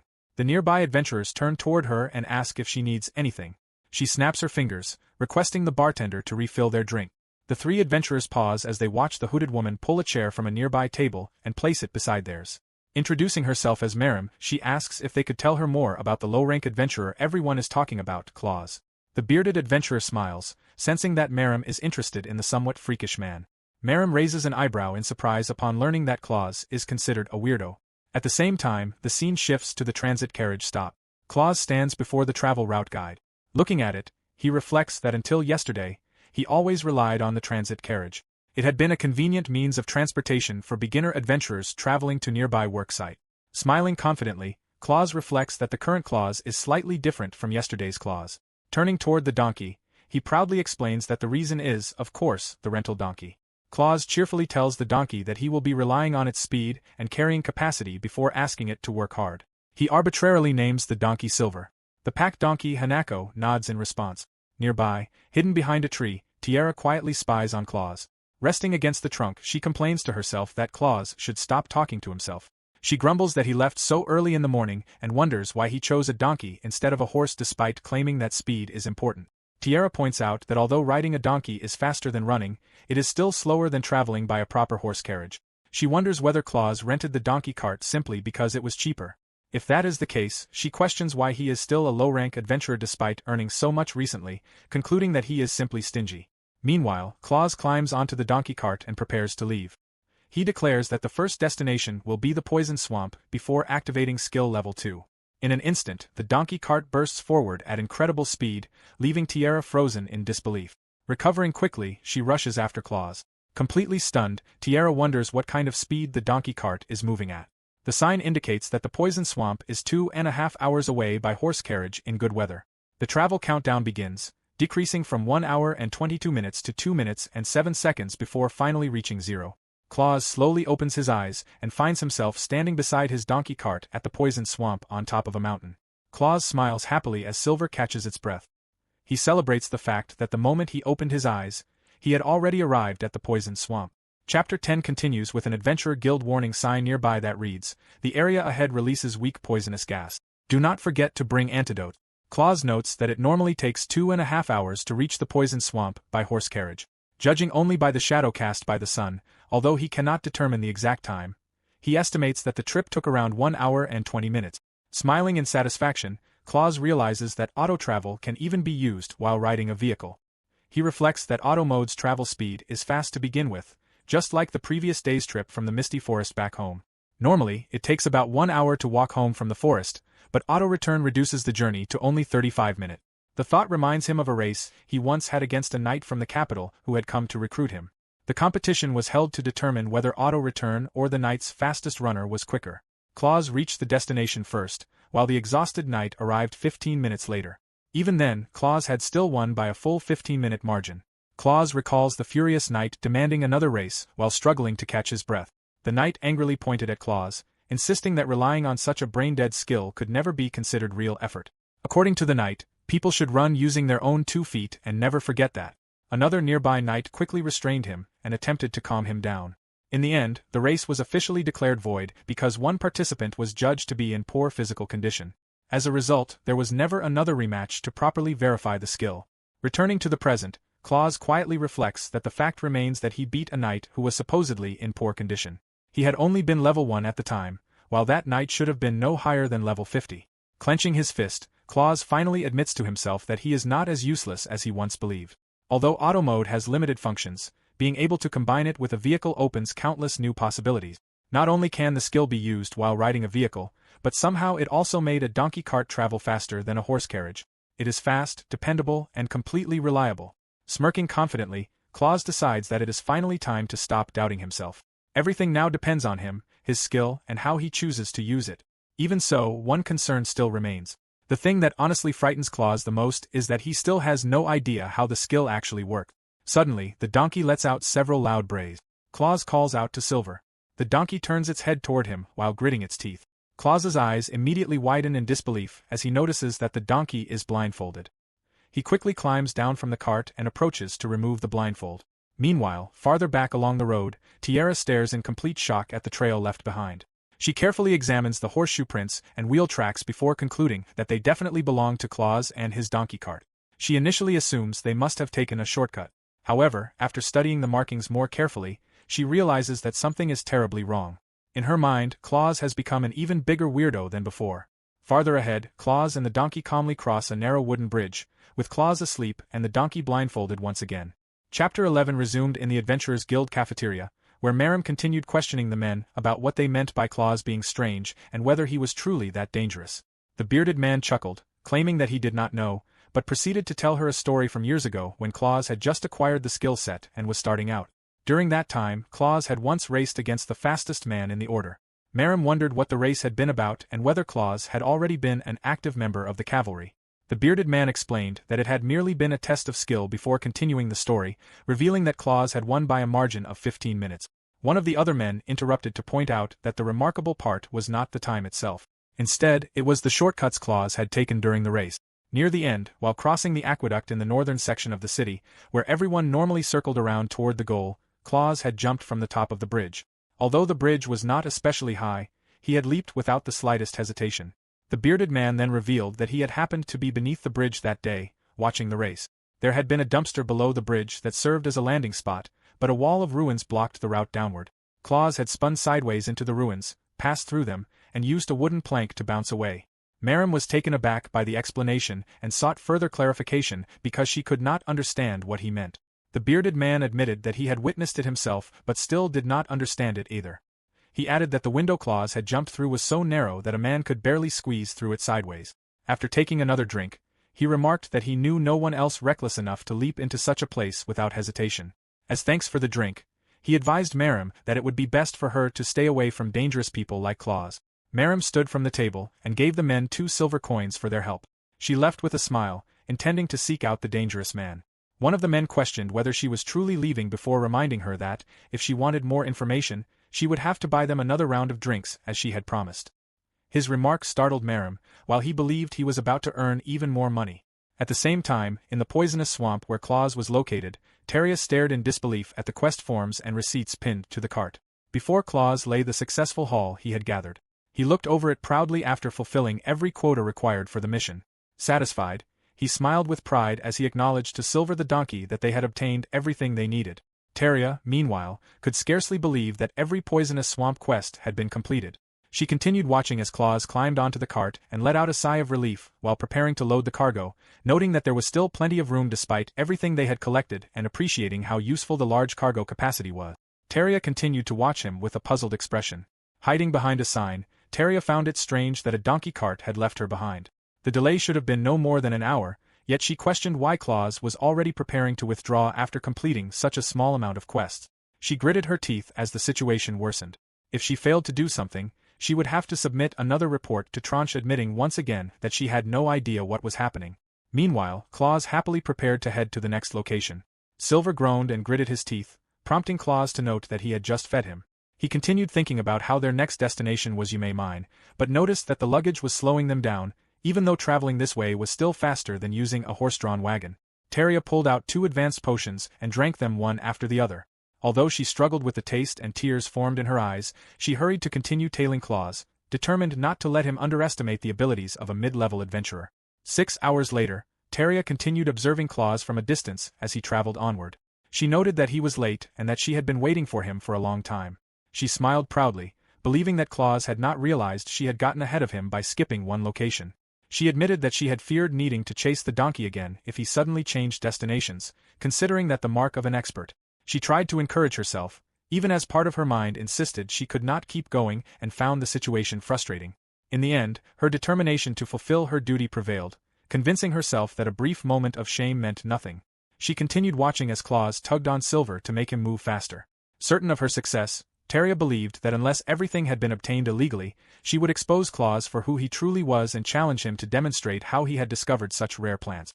A nearby sign warned that the area ahead was dangerous. It stated that the Valley of Sorrows lay 1 kilometer beyond and that entry without a gas mask was prohibited. Even though they had not yet entered the valley, Teria wondered what Claus was doing at its entrance. Meanwhile, the screen informed Claus that it would take him 30 seconds to find another one in the area. Teria overheard this and wondered what item it was referring to. Nevertheless, Claus proceeded forward and activated automatic resource gathering. The skill immediately put him to sleep. He leaped from the cargo, landed near Teria with his pickaxe, and immediately began mining. Teria covered her mouth in shock, unable to believe that Claus, supposedly a low-rank adventurer, had managed to sneak behind her. She questioned whether he truly belonged to the lower ranks before concluding that there was no longer any way to judge him by that standard. Claus then pulled another mandragora from the ground. It screamed and shrieked, its cry cutting down those who heard it and sometimes causing death within an 8-meter radius. Teria covered her ears as she cried out, remaining unconvinced that Claus could possibly be a low-class adventurer. Night fell as Teria slept behind a rock, while Silver the donkey was visibly exhausted as well. The scene then shifted to the Adventurers Guild, where Madame Salazar reviewed the profiles of various adventurers. Standing behind her, Tranche asked whether it was already time for the Intermediate Adventurer Qualification examination. Madame Salazar wondered how Claus would perform, and Tranche let out a breath with a smile, concluding that his track record was more than sufficient. However, she recognized that his status as a solo adventurer remained a concern. Madame Salazar agreed but pointed out that keeping Claus restricted to lower quotas was limiting his potential. His performance and earnings throughout the week had been more than exceptional. Smiling, Madame Salazar concluded that Tranche should have Claus take the intermediate examination immediately, even if it required using a guild recommendation. Tranche asked whether there were any other concerns. Madame Salazar then turned her attention to another adventurer's profile bearing the name Charlotte, marked as a special exception under a Class A party. After reviewing it, she informed Tranche that Charlotte belonged to a Class A party admitted through a special recommendation quota. She acknowledged that she had no issue with the recommendation itself, but noted that this particular party had once been his. The scene shifted to another manor, where a maid bowed before a man and informed him that they would proceed without delay. The man remained standing beside the fireplace and praised them for their good work before dismissing them. The blond man smiled, remarking to himself that it had been a long time since he had last returned to that town. He laughed while looking at a picture, wondering whether one of those men was still struggling at the bottom of that town. He then smiled again, reflecting that his special bond had been tainted because of a particular imbecile. The man was revealed to be the representative named Gain Cash. It was then revealed that the imbecile he referred to was Claus, the adventurer considered one of the least skilled despite consistently returning home with successful loot. Chapter 12 begins with Liz taste testing the sauerkraut, a type of pickle made by fermenting cabbage or soup. She found the taste to be just right and considered it the best sauerkraut she had made so far. She believed the hawk claw was the secret ingredient that gave it the perfect touch, exactly the way Claus, her brother, liked it. She turned to ask for his opinion, only to find herself looking at a plush version of him. She imagined Claus telling her that she would become the best bride ever. Imitating his voice in her imagination, she pictured him saying that it would be a shame to see her marry someone else, and that he would take her for himself instead. Returning to her senses, she questioned what her brother had just said in that imaginary conversation. To make the plush, a towel, the leaf of an eggplant, and a sewing kit had been needed. She continued the imaginary conversation, thinking that he did not need to be so direct. Liz introduced herself as Claus' stepsister. When she was very young, her father, a knight and close friend of Claus' father, had been slain in combat. Afterward, Claus' father, an adventurer, took her in and adopted her into the Nolder household. Since then, she had become the little stepsister who absolutely adored her older brother. It was revealed that Claus' father was currently missing and presumed dead, while his mother was sick and hospitalized. Today's story was all about Liz. Still happily swinging her tongs, she accidentally knocked over her plush brother. Meanwhile, Claus was enjoying a late lunch in front of the Twilight Mine. The scene shifted back to Liz, who wore a serious expression as she convened a meeting of the Supreme Council of the House of Nolder. The attendees were the vassals of the House of Nolder, Shimoji, the Minister of Finance, Peppermill, the Minister of Home Affairs, Big Brother Plush, the Special Advisor, and Liz herself serving as chairman. Seated together at the table, they began discussing the agenda for that evening's dinner. Liz noted that her brother had completed 3 quests in a row and reminded the council that Claus was taking on a massive challenge that day. As his stepsister, she felt that she could not simply prepare an ordinary supper for him and wanted everyone's honest opinion on what she should make. Shimoji observed that the household had recently enjoyed unprecedented profits and recommended treating Claus to a large, juicy steak. Peppermill agreed that a special meal was appropriate but instead proposed creating a premium atmosphere with an elegant fish dish. Big Brother Plush expressed the opinion that any meal would be fine as long as it was made with love. At the mention of love, Liz became giddy once again, convinced that hearing him put it that way was enough to make her faint, since he always praised whatever food she prepared regardless of how she cooked it. She believed it was only natural for her to pour all of her love into every meal she made for him. In the end, she settled on preparing a simple luxury dish and began thinking about what to cook. Before she could decide, a voice interrupted her thoughts, pointing out that it was still too soon. It belonged to General Ladle. In her imagination, General Ladle reminded her that karma had a habit of bringing her brother crashing down whenever life was going well for him. The reminder caused Liz to recall what Claus had gone through 3 years earlier, and she scoffed. 3 years ago, on a rainy night, Liz returned home to find her brother hunched over the table, soaked from the rain. Believing he was supposed to remain at the Special Force clan house for a few more days, she called out to him before lighting a lantern as she waited for his response.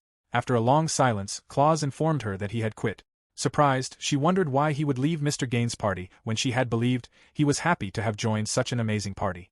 A month later, Claus was taking a break from his training. Wearing a satisfied expression, he thanked Liz for another delicious meal. He told her that although the food at Gaines' castle tasted excellent, her cooking was still the best. Liz insisted that her cooking was nothing special and served him some tea. Sitting across the table, she joined him for tea and asked what he meant by the castle, since he was supposed to be attending a training camp. Claus explained that the training camp had been held inside the castle itself. According to Gain, it was merely one of the many mansions owned by the Baron Cash family. He remarked that a single hall was 100 times larger than their house and remembered how the floor had looked like a mirror. Liz was amazed, commenting that it would take years just to clean such a place. Wondering what her brother had done in a mansion like that, she guessed that he had been dancing. Claus smiled proudly as he recalled the rigorous training he had endured, but the smile soon gave way to tears as he began sweating profusely while remembering the veteran adventurers and mercenaries Gain had hired to train them. He recalled spending every day doing nothing but training and studying. Seeing his reaction, Liz decided she had heard enough and felt sorry for making him relive those memories. Claus nevertheless remembered dancing on one occasion, although he had been instantly killed by Gain, acknowledging that it was not the proper word. Still smiling, Claus recalled Gain extending a hand to help him up instead of allowing him to continue squirming on the ground. As Claus looked up, Gain urged him to stand tall because they were special. Gain reminded him that he was also a unique skill holder and that someone like him did not belong on his knees. Even so, Claus remained on the ground with his head lowered, believing that although he possessed a unique skill, his auto mode could not compare to everyone else's. Gain dismissed that way of thinking as foolish. He believed Claus had convinced himself that all he could do was go home, but pointed out that his skill was only at level 1. All he needed to do was raise its level. Gain promised to provide all the magic stones Claus required and encouraged him to spread his wings and fly like the birds in the sky, declaring that they would make the country theirs. Regaining his spirit, Claus accepted Gain's outstretched hand after hearing that Gain needed his strength. The story returned to the present, where Liz wore a gloomy expression and reflected that her big brother had also learned something during that time. Chapter 13 began by resuming Liz's memories from the time Claus was invited to join the Special Force. About 20 days after he had joined, she was sewing when she heard her brother announce that he had returned home. She warmly welcomed him and immediately noticed that one side of his cheek was swollen. Concerned, she wondered what had happened, but Claus dismissed it by claiming that he had simply fallen down. Liz examined the swelling through the scissors she was holding. As Claus awkwardly laughed while applying ointment to his face, Liz became convinced that he had lied about falling. She knew he had not been injured in a fall but had instead been struck with a backhand slap. Claus was stunned that she had uncovered the truth so quickly. Liz explained that whenever Mr. Hans from across the street had an affair with his former adventurer girlfriend, his wife always retaliated with the exact same attack, and she had become familiar with it from observing those incidents. Realizing he could no longer hide it, Claus admitted that the injury had come from a scuffle with Gain, or rather, from a misunderstanding. At the palace, Gain wore a smirk as he cleaned his sword and remarked that something about the upcoming mid-rank exams did not seem right before asking everyone for their opinion. They were gathered in the recreation room of the clan house while Claus prepared drinks. Glenn questioned what Gain was talking about as he sipped his drink, prompting Gain to clarify that he meant the mid-rank exams. He explained that the examinees were required to collect items designated by the guild within a specific time limit in assigned regions, most of which were low-rank areas. To Gain, such an exam was little more than child's play. As bearers of unique skills, he believed they deserved something far more fitting for the Special Force and asked whether everyone felt the same way. Glenn laughed as he raised his glass, guessing that Gain already had something special planned for them. He praised Gain and urged him to reveal his idea, adding that he hated the poor and the incompetent. Glenn possessed the unique skill atomic conversion. Chile agreed that no ordinary exam was worthy of them and believed they should make their debut as mid-rank adventurers in the flashiest way possible. She praised Gain's line of thinking before sarcastically remarking that they were so competent they even had someone who excelled at walking home, scoffing as she referred to Claus. Her unique skill was weather manipulation. Mika chuckled while painting her nails and commented that special treatment was always welcome. She even wished her rank could be promoted directly to high rank because she considered it embarrassing to be grouped together with doughy low-ranked troglodyte. While speaking, she asked Claus whether her lemon cocktail was ready. Mika possessed the unique skill life endowment. Satisfied that everyone shared his opinion, Gain declared that the Special Force would make a bold entrance during their mid-rank debut. Smirking confidently, he imagined a vicarious beast suddenly appearing at the examination site and attempting to devour all of the examinees. By sheer coincidence, the Special Force would be there to save everyone, making their debut as the legendary heroes who slew the monstrous creature and rescued the participants. Gain was the leader of the Special Force and the bearer of the unique skill space-time manipulation. He suddenly burst into laughter, startling everyone. Glenn wondered what he was plotting but admitted that the idea sounded interesting. Mika pointed out that releasing a high-rank monster would be far too dangerous, but Gain reassured everyone that Abel and Rain had already managed to capture a wild rock lizard. Chile immediately understood the plan, explaining that although it was extremely rare, there had been previous incidents in which higher-ranked monsters had wandered into low-rank hunting grounds. She praised Gain for thinking that far ahead. Claus, however, sincerely questioned whether they were joking because he believed they would never do something so terrible. Gain fell silent for a moment before clenching his fist. Calling out to Claus, he activated his skill and struck him, sending Claus flying across the counter. Claus cried out in pain as it was revealed that Gain had activated Space-Time Manipulation Level 1. Time Stop, a technique used to stop a target or even the world for a brief period. Gain claimed that Claus had been right and that everything he had said had merely been a joke. Feigning concern, he acted as though Claus had suddenly collapsed on his own and wondered why he appeared to be in pain as he removed his glove. Claus could not understand why he was the only one lying on the ground and suspected that Gain was responsible. Regaining his composure, Gain remarked that Claus seemed to be unwell for the day and told him to go home and rest. He then ordered Rain to escort Claus to the nearest coach station. Afterward, Gain tossed the glove he had used to strike Claus onto the floor while Claus, still lying on the ground, repeatedly called out Gain's name. A short while later, Claus was escorted outside the mansion. 10 days after that incident, he quit the party. From that point onward, he stopped smiling.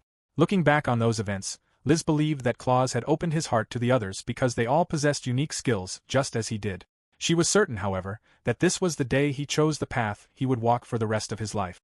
At the time, Claus admitted that it was true he had obtained his unique skill through luck alone, but he questioned whether luck by itself was enough to accomplish anything.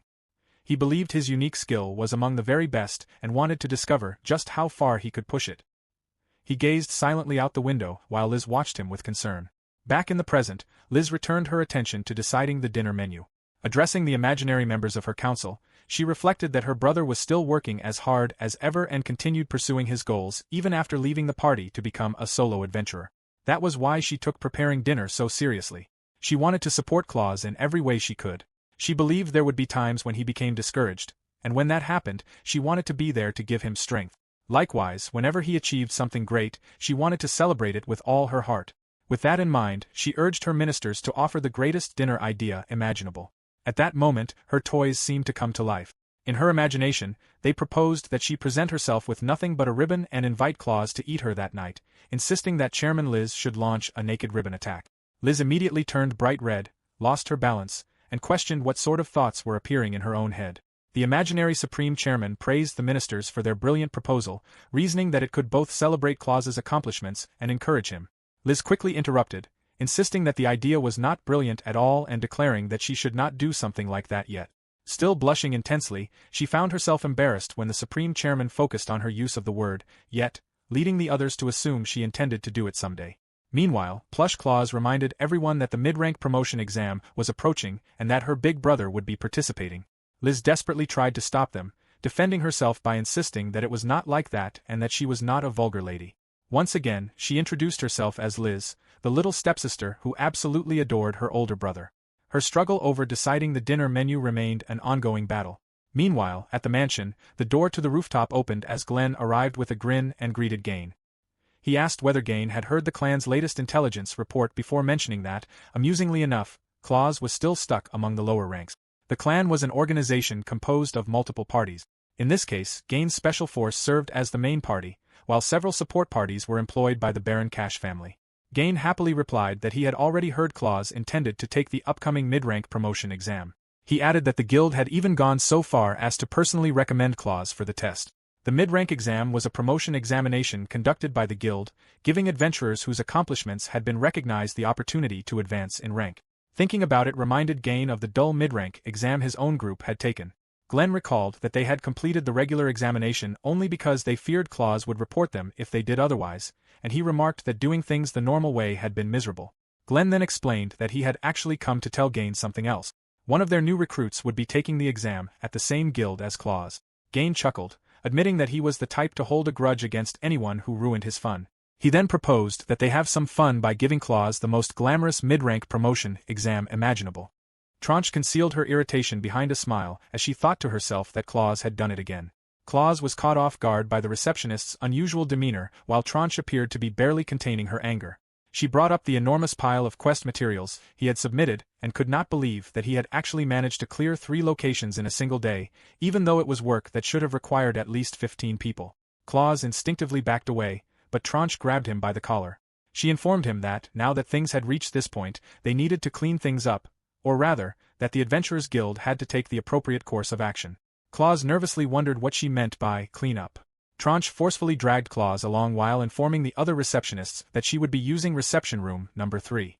Blushing profusely, Claus wondered what he could possibly have done this time. Inside the reception room, Tranche handed Claus a mid-rank adventurer examination form accompanied by a special recommendation from the Adventurers Guild. Looking puzzled, Claus read the document. It identified the examinee as Claus Nolder, a low-rank adventurer, and stated that, in accordance with the special recommendation issued by the guild, the person named on the form was eligible to take the mid-rank adventurer examination. Unsure of what he was seeing, Claus sought confirmation. Smiling warmly, Tranche congratulated him and explained that the guild had acknowledged his abilities. Claus remained stunned as Tranche continued, explaining that, based on his accomplishments over the past week, the guild no longer considered him a low-rank adventurer. As a result, they had issued the special recommendation form. She sincerely wished him success in the mid-rank promotion exam and in his future as an adventurer. Claus paused before asking what had just happened. Tranche patiently explained once again that he had been recommended for the mid-rank examination in recognition of his abilities. Those words echoed repeatedly in his mind as he looked back at the form. Sitting upright with a bright smile, he happily celebrated the news, repeatedly reminding himself that he had been recommended for the mid-rank examination because his abilities had been recognized. Tranche pulled out a fan and scolded him for shouting so loudly. Even so, she smiled and let out a relieved sigh, believing that this was the reward for all of his hard work. It had been 3 years since she had become responsible for Claus. Throughout that entire time, he had never given up regardless of what others said about him. Embarrassed by the praise, Claus awkwardly scratched the back of his head and wondered if he had truly earned it. Something in his response caused Tranche's irritation to return immediately. She firmly assured him that he had earned it and declared that she knew better than anyone because she had witnessed everything firsthand. She pointed out that Claus never listened to anything she told him, no matter how much she worried about him. Dumbfounded, Claus found himself thinking that this should have been the rare day on which he was praised, yet somehow the situation had taken an unexpected turn. Tranche smiled maliciously, wondering to herself how he could possibly fail to understand the reason. A loud click from the door startled Claus. Realizing it had been locked from the outside, he sensed there was no escape. Outside the room, the other receptionists enthusiastically encouraged Tranche, leaving everything in her hand. Tranche began by reviewing Claus's complete lack of common sense. From the very beginning, she explained, he always ignored everything around him whenever he focused on accomplishing something. She continued that, while purchasing monster materials was certainly part of the guild's business, there were limits, and submitting mountains of materials day after day far exceeded them. She believed this was also the proper opportunity to explain the risks the guild had been forced to bear because of his actions. Claus could only stare at her fearfully, feeling as though a demon had replaced the kind Tranche he normally knew. She continued scolding him, questioning whether he was trying to get himself killed by repeatedly taking on dangerous quests alone. She then resolved to take the time to sort all of those issues out with him. Tranche assumed that Claus's sister had already been informed that he would be returning home late that day. She decided to personally administer his reprimand while the guild master went to request assistance from the Apothecary Guild and the Merchant Guild, as the madam had never expected Claus to complete all 3 quests. Claus became even more frightened when Tranche assured him that they would finish by morning. The lecture truly continued until the following morning. It was explained that, according to the law of supply and demand, prices fall whenever supply exceeds demand. However, to support the livelihoods of low-rank adventurers, the guild always purchased their materials at a fixed price. When market prices collapsed, the guild had to absorb the resulting losses by covering the difference in value. A few days later, the day of the mid-rank examination arrived. Standing before the examination site, Claus reflected that he had waited 3 years for this moment. Today marked his chance to leave behind the label of veteran low-rank adventurer and take the first step toward a new life. Filled with determination, he opened the door and entered the examination venue. Many adventurers had already gathered inside. Claus narrowed his eyes and noticed that nearly everyone had arrived in parties, with only one pair standing apart. Smirking to himself, he leaned against the wall, thinking that he was alone as usual. He took his place in the back corner, his favorite spot, where he could avoid everyone's attention. Tranche, accompanied by another receptionist, stepped forward to greet the adventurers and wish them good morning. She announced that participants would come forward one by one when their numbers were called to receive their assignment papers. Eventually, Claus collected his own assignment paper. As he did, someone behind him remarked that he had selected his assigned area without any hesitation and wondered whether he was the adventurer known as Solo Claus. Startled, Claus turned toward the speaker. The hooded girl chuckled, expecting him to wonder how she knew his identity. She explained with a smile that it had been easy to figure out because she was also alone. Cheerfully, she introduced herself as Merim, a 15-year-old low-rank adventurer. Since both of them had come by themselves, she suggested that they form a party together. She waited expectantly for an answer, only for Claus to ignore her completely. Merim loudly protested at being ignored. Claus dismissed her as a brat and wondered what she was trying to do. Before either of them could continue, Tranche ordered them to be quiet. She specifically repeated that the particular Claus who insisted on taking the examination solo should remain silent. Her remark left Claus feeling as though he had been struck. Merim immediately teased him by pointing out that even Tranche had told him to stop insisting on going solo.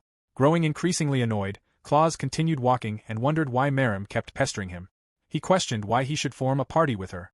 Merim admitted that it was a long story but ultimately insisted that it simply came down to her gut feeling. Claus became even more irritated that her supposedly long explanation amounted to only 2 words. As Claus continued walking away, Merim added that the moment she heard his name, an instinct told her that she needed him. She asked where he was going, but Claus remained silent and resolved to continue ignoring her. Merim concluded that she had no time to humor someone like him, especially after the long journey she had made to reach the examination site. Claus kept walking while recalling that 3 years had passed since he had been expelled from Gaines' party, the Special Force. Now that his long-awaited opportunity was finally within reach, he was determined not to let it go to waste.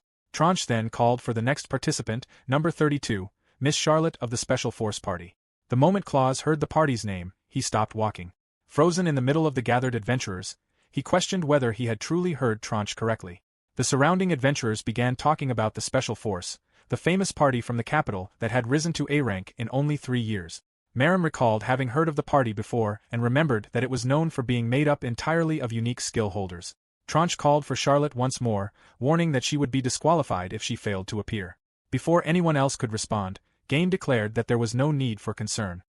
He confidently entered through the doorway and strode into the venue, reflecting that it had been exactly 3 years since he had last visited the town. As Gain walked past Claus, he looked down on him for still being there. Claus's expression hardened with anger as he called out to Gain. Chapter 15 began with Gain laughing at the fact that Claus was still there. Inwardly, Gain reflected that this was exactly why he had driven Claus to quit the party on his own, believing him to be useless. Claus glared at Gain, and the sight brought back a memory from 3 years earlier. At that time, Claus had been standing outside a door while Gain calmly polished his sword inside. Gain repeated the complaints of the other party members, remarking that they had been wondering how much longer he intended to keep someone so useless around and that Claus should already have been expelled. He assumed those were the thoughts everyone wanted to express. Glenn agreed, admitting that he could no longer tolerate Claus because the parasite was damaging the party's reputation. Chile echoed the same opinion, adding that despite all the support Gain had given Claus, the only abilities he had gained beyond his skill of returning home were the ability to travel to places he had previously visited. She dismissed Claus's unique skill as utterly moronic. Mika joined the discussion as well, recalling that Claus had accomplished nothing during their last expedition. She believed that allowing the situation to continue would set a poor example for both members of the clan and those outside it. If no one else would do it, she wanted to expel Claus herself. Gain dismissed the suggestion, explaining that he could not do that. His party members immediately questioned what he meant while Claus continued listening from outside the room. Gain explained that he had personally recruited Claus into the party and asked whether they understood the consequences of expelling someone he had chosen himself. When they admitted they did not, Gain elaborated that doing so would call his own judgment into question. Others might conclude that he and his party lacked the ability to recruit capable members. Suddenly furious, Gain activated his skill and demanded to know whether that was truly what they wanted, startling everyone present. They immediately denied ever wanting such an outcome, insisting that the thought had never crossed their minds and reaffirming their complete support for him. Smiling once more, Gain remarked that there were many fools in the world who would leap to such conclusions. Therefore, no matter how incompetent Claus might be, they could not expel him. Instead, it would be far preferable for Claus to leave the party of his own accord. Gain then remarked that this would likely happen soon enough. Otherwise, a fatal accident during combat training would accomplish the same result. Hearing those words left Claus terrified. Back in the present, Claus remembered that Gain had done exactly as he had implied. Soon afterward, the members of the party openly began harassing him. Although he had no evidence, there had even been an incident in which he had nearly lost his life. Eventually, he sold all of his equipment and the rewards he had earned in order to repay the cost of his training and the magic stones he had received, making it appear as though he had left the clan entirely of his own free will. Looking at Gain now, Claus thought that, if he could have, he would have punched him with his own fists back then. Even so, he could not understand why Gain had come to this town when the Special Forces headquarters were in the capital. Claus reflected that it was only natural for him to still be there because he had been born in the town. He had no idea what business Gain could possibly have in such a remote place. He resolved that he wanted nothing to do with Gain and only wished for him to leave him alone. Gain merely scoffed at Claus's cold attitude. He explained that he had only come to escort the Special Forces' newest member to her examination. Aside from that, he suggested celebrating their miraculous reunion. Gain remarked that it truly was miraculous. He claimed that, given 2 years, anyone, no matter how incompetent, would have reached mid-rank. Yet, after 3 full years, Claus was only now about to take the mid-rank examination. Gain then rhetorically asked everyone in the room whether that was not a miracle. He added that one could not help but be amazed by just how miraculously incompetent Claus was, provoking Claus even further. Before Claus could defend himself, Miemai stepped in front of him and openly insulted Gain. Claus was caught completely off guard as she stood up for him, declaring that she had listened to everything Gain had been saying and questioning what was wrong with him. She dismissed all of his talk about A-rank status as meaningless and declared that Claus was her party mate. Because of that, she refused to let Gain continue insulting him. She added that if Gain had any problems with Claus, then the great Miemai would gladly face him instead and invited him to come to her whenever he was ready. Letting out a sigh, Claus called out to Miemai. Gain's expression darkened with offense before he let out a scoff. Chuckling, he remarked that the remote countryside truly was infested with noisy little insects and found himself wanting to squash them. Realizing the danger, Claus quickly covered Miemai's mouth with his hand and dragged her away from Gain, making the excuse that their numbers would soon be called and that they needed to move to the front. Gain remained visibly irritated as they left. While Miemai's protests were muffled, Claus silently wished she would stop provoking Gain so recklessly. He remembered all too well that Gain became especially dangerous whenever he was angry and would not hesitate to strike even women or children. His unique skill also left behind no evidence, making him even more frightening. Miemai then revealed that Claus did not need to worry because she was not actually a girl. Claus turned away before asking whether he could finally remove his hand. After thanking him, Miemai let out a sinister laugh. She assured Claus that there was no reason for him to be so distant since they were already party mates.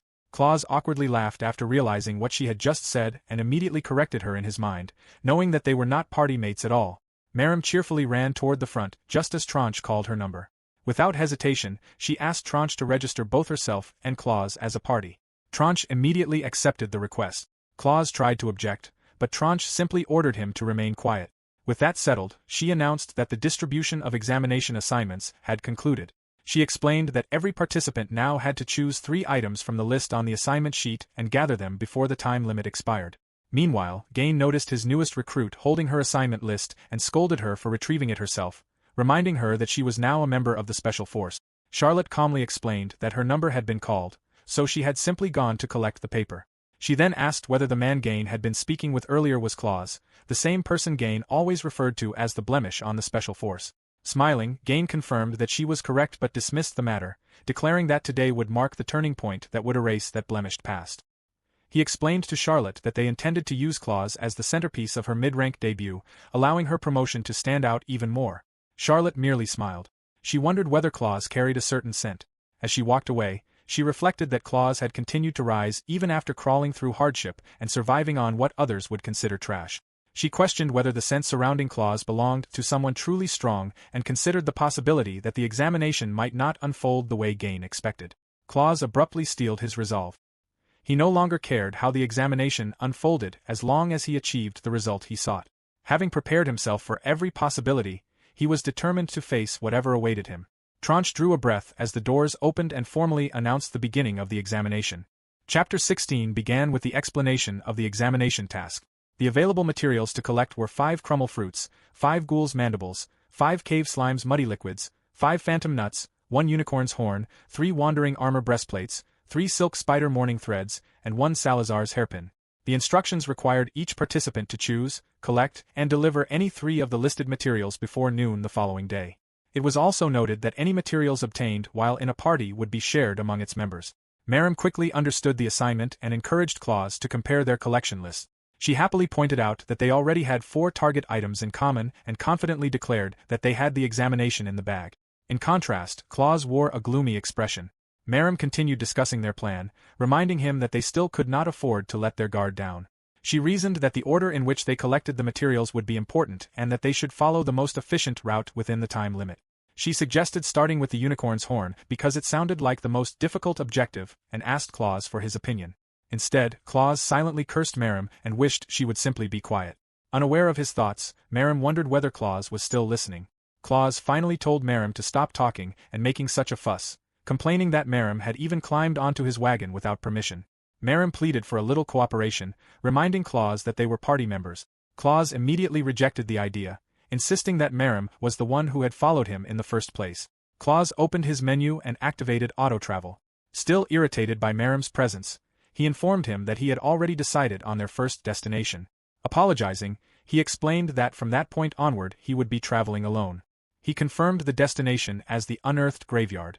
As soon as the skill activated, Claus fell into a deep sleep. Watching this happen, Miemai wondered whether he had actually fallen asleep. When the timer expired, Claus slowly opened his eyes and found himself at the unearthed graveyard. Smiling, he remarked to himself that it had been a long time since he had visited the place and remembered that ghouls dwelled beneath the ground there. Turning back toward his cart, he noticed that Miemai was nowhere to be seen and briefly assumed that Miemai had fallen off during the journey. His assumption was immediately interrupted when Miemai appeared behind the cart, clinging tightly to Claus's staff while angrily scolding him.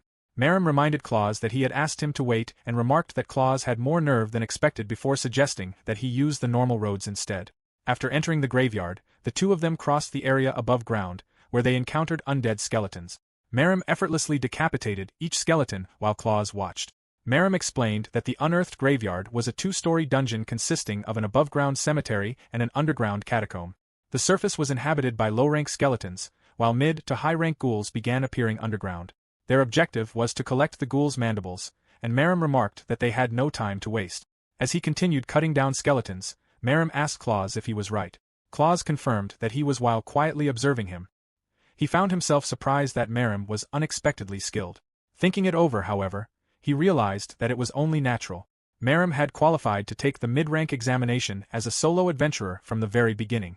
Claus reflected that it had taken him 3 years to reach this point, whereas Miemai had only obtained his unique skill that year and was already taking the examination. Noticing Claus's expression, Miemai smirked and wondered what was wrong.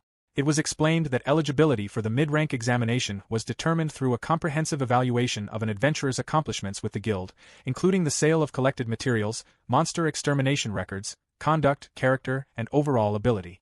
Claus turned away from Miemai's gaze and indicated that nothing was wrong.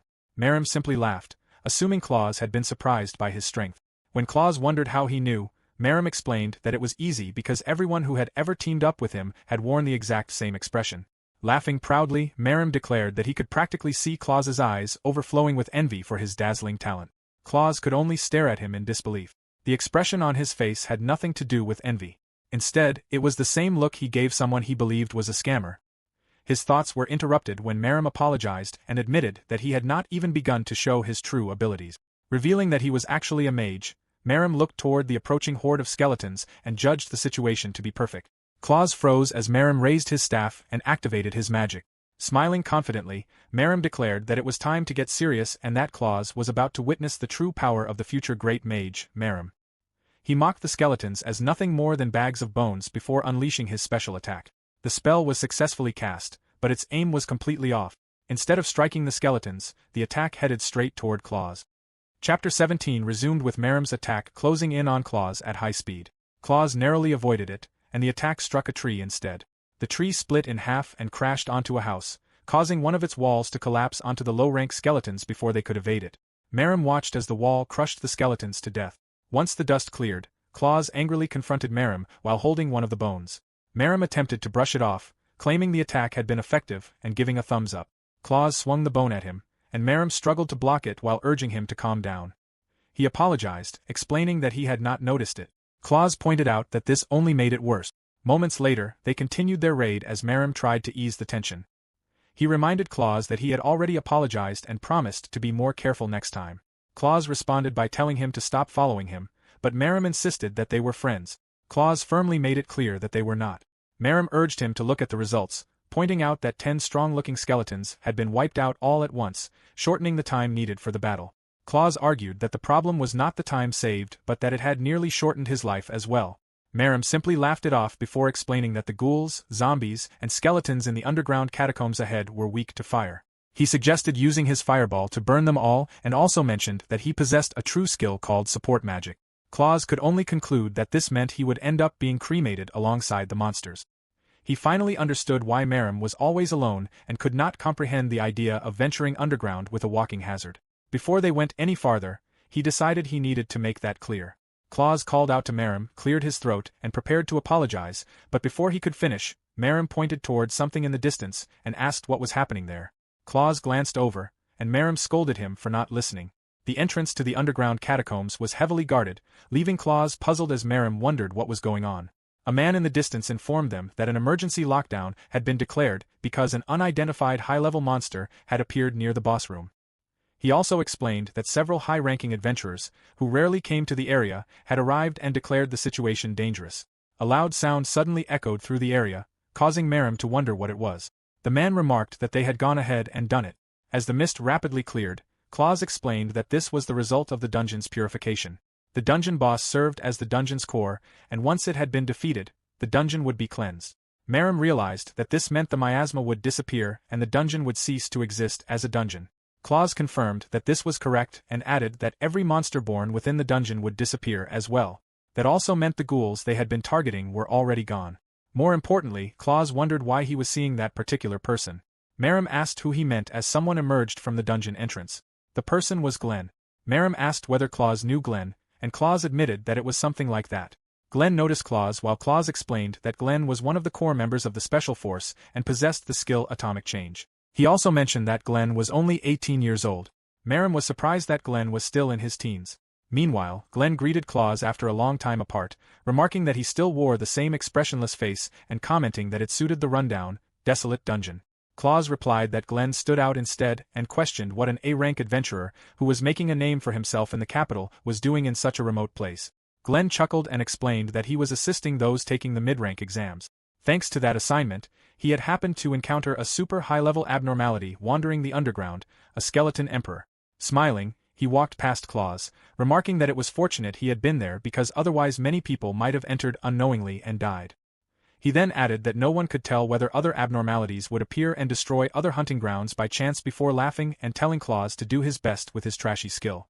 Claus questioned what Glenn had meant, but Glenn ignored him.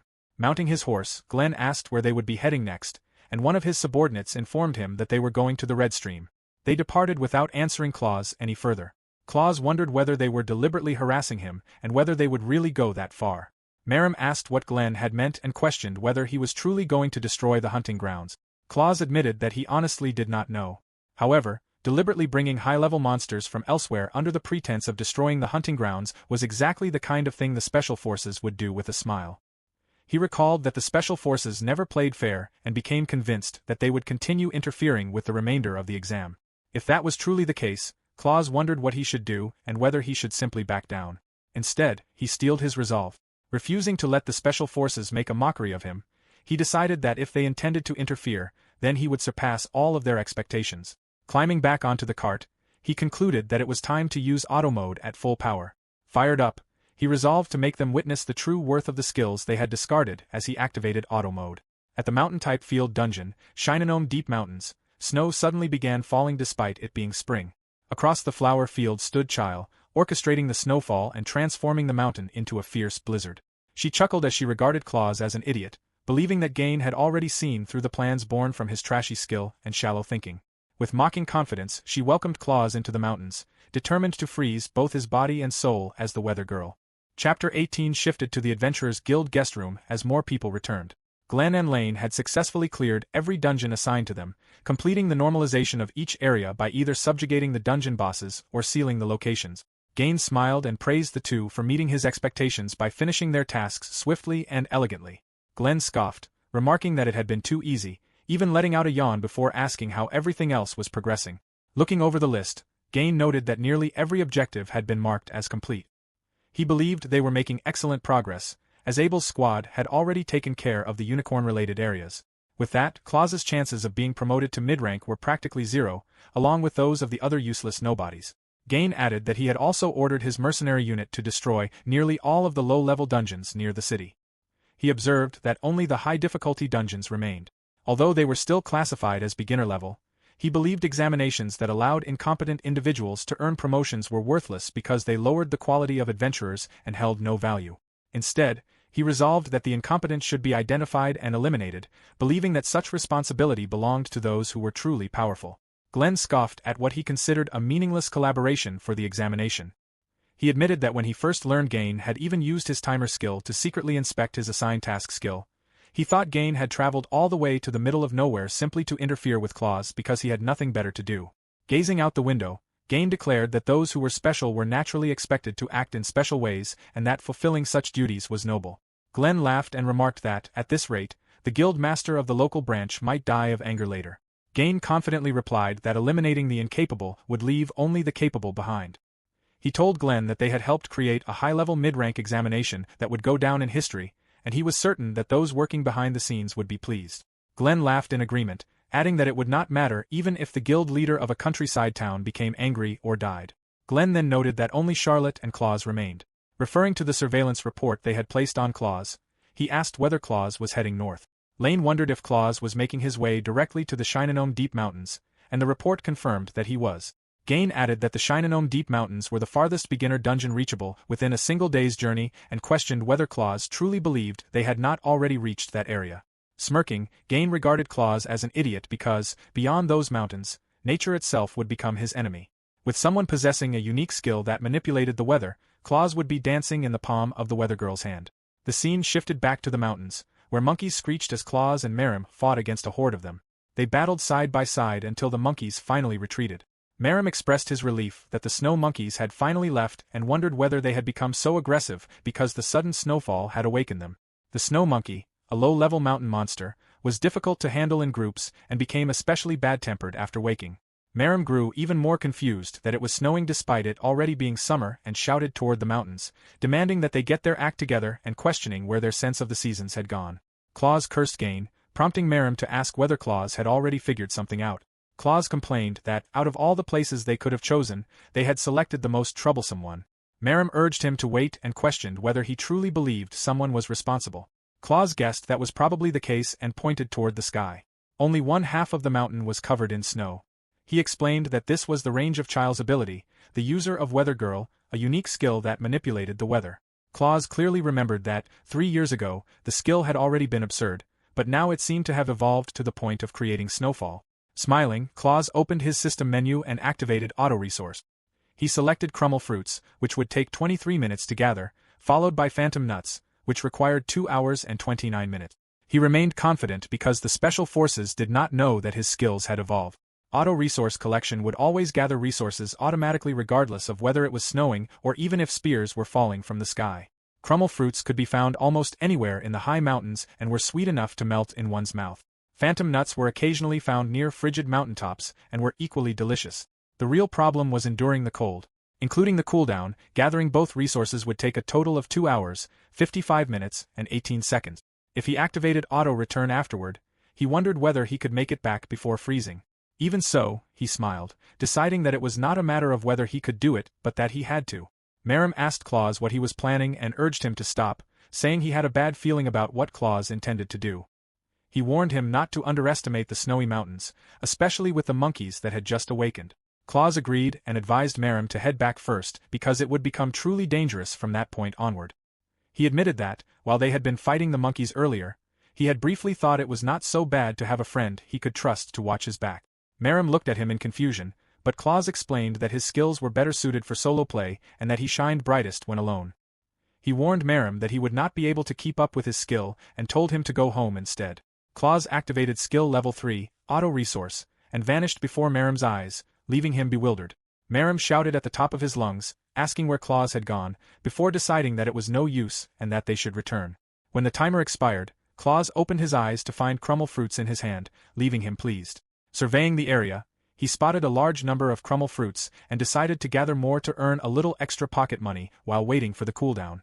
Before he could continue, he heard someone approaching in the distance. It was Merim, running toward him while gasping for air. Claus called him an idiot for chasing after him, reminding him that he had already been told to go home because he no longer needed him. He explained that the next gathering would take 2 hours and 30 minutes, meaning Merim would only fall farther behind, and urged him to return home. Bidding him farewell, Claus hoped Merim would not catch a cold before activating skill level 3, auto-resource, once again. 2 hours and 19 minutes later, Claus regained consciousness. Confused, he realized it was pitch black. It seemed strange that the skill had ended in complete darkness and freezing cold, making him wonder whether he had miscalculated the time of sunset. Feeling something in his hands, he questioned whether they were the Phantom Nuts before realizing that they were. He decided to place them into his bag first, recalling that he had picked them up in the Twilight Mine before. As he searched through his bag, he found a magic light stone and switched it on.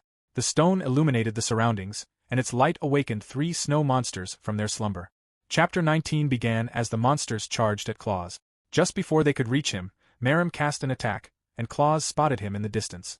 Merim warned Claus about the monster behind him. Alarmed, Claus narrowly avoided Merim's fireball, which instead struck the monster. Merim shouted at the monsters, provoking them while declaring that he would not let them harm his friend. As one of the monsters let out a fierce roar, Claus grew concerned for Merim. The roar frightened Merim, causing him to tremble, but he continued provoking the monsters, insisting that he would not allow them to hurt Claus. One of the monsters picked up a log and raised it above its head.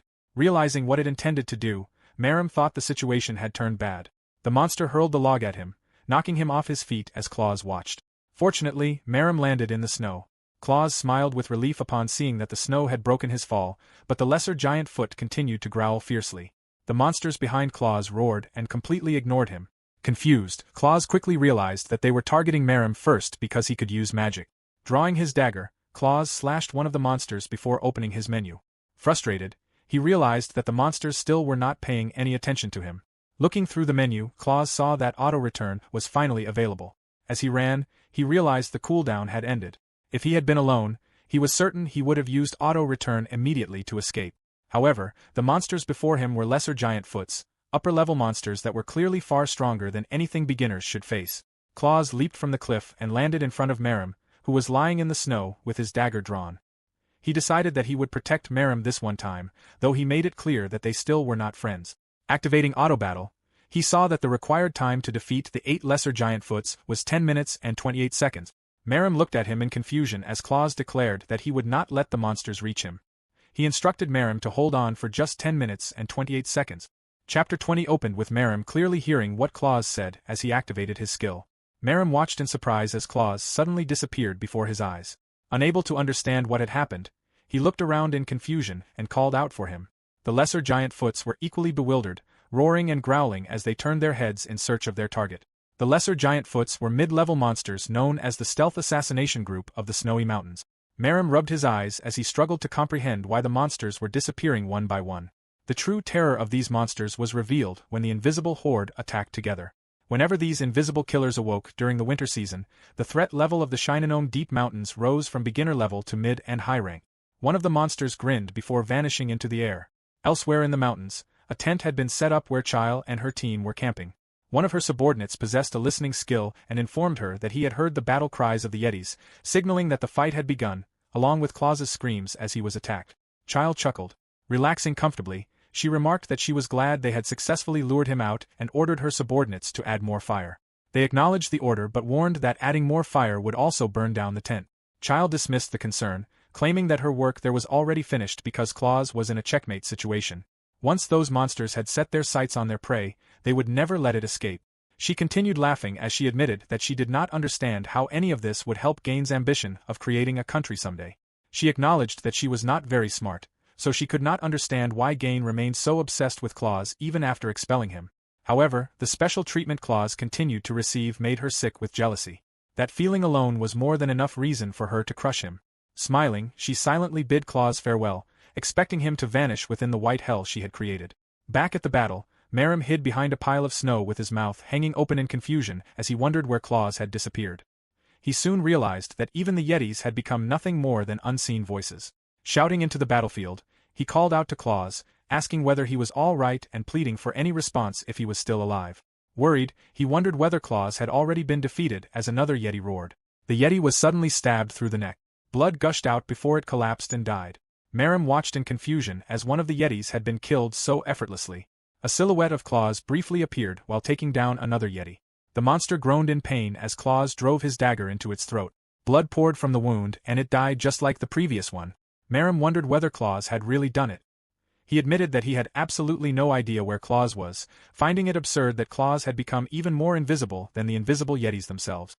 That was not the only unbelievable part. Miemai believed Claus possessed an invisibility technique superior to that of the Yetis, but he could not understand how a tiny dagger could kill creatures with such enormous muscles in a single strike. He suspected that Claus waited for the precise moment when their muscles relaxed the most before tearing through them. Miemai wondered what kind of godlike technique it was and questioned whether Claus was actually a master assassin. He continued asking himself whether it was truly possible for Claus to keep fighting like this without allowing the monsters to notice him until the very end. One of the Yetis suddenly noticed movement in the snow and pointed toward it. It was the pile of snow where Miemai had been hiding. The Yeti swung its arm at the pile while Miemai crouched down. Opening his eyes, Miemai realized that the movement had only been a rolling rock. The Yeti stood baffled, and Miemai recognized it as a decoy.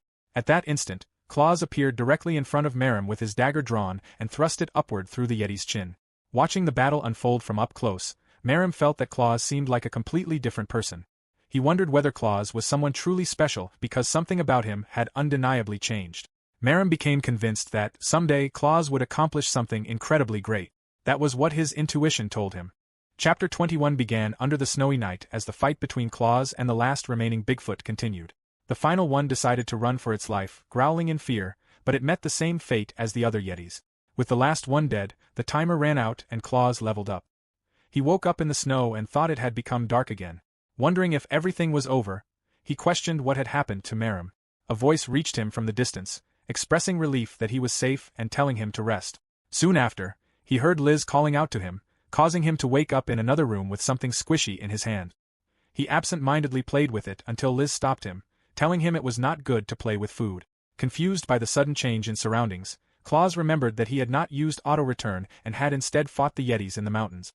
Liz explained that he had managed to defeat all 8 Yetis, reminding him that he had done so in exactly 10 minutes and 28 seconds by stabbing the last one from inside the snow. She continued that he had collapsed immediately afterward because of the cold, exhaustion, and pushing himself too hard, falling asleep peacefully in the snow. She scolded him for nearly sending himself to heaven, prompting Claus to force himself awake. When he did, he realized he was touching someone and found himself lying beside another girl. He blushed intensely and briefly thought he had reached heaven, but quickly dismissed the idea because he did not know who the girl was. The mysterious girl woke from her deep sleep, stretched, and yawned before noticing the situation. She immediately blushed just as deeply and began hitting him with a pillow, embarrassed by what had happened. Claus insisted that he had not been looking, then corrected himself by admitting that it had not been intentional. Claus remarked that Miemai looked like a girl. Miemai covered herself with a blanket and a boot, confirming that she was a girl and insisting that Claus should not look. She then threw the boot at him and ordered him to face the other way while demanding money from him. Claus's thoughts drifted to his dear sister. After surviving the deadly battle, the person who had been following him had turned out to be a surprisingly pretty girl who was also much bigger than he had expected.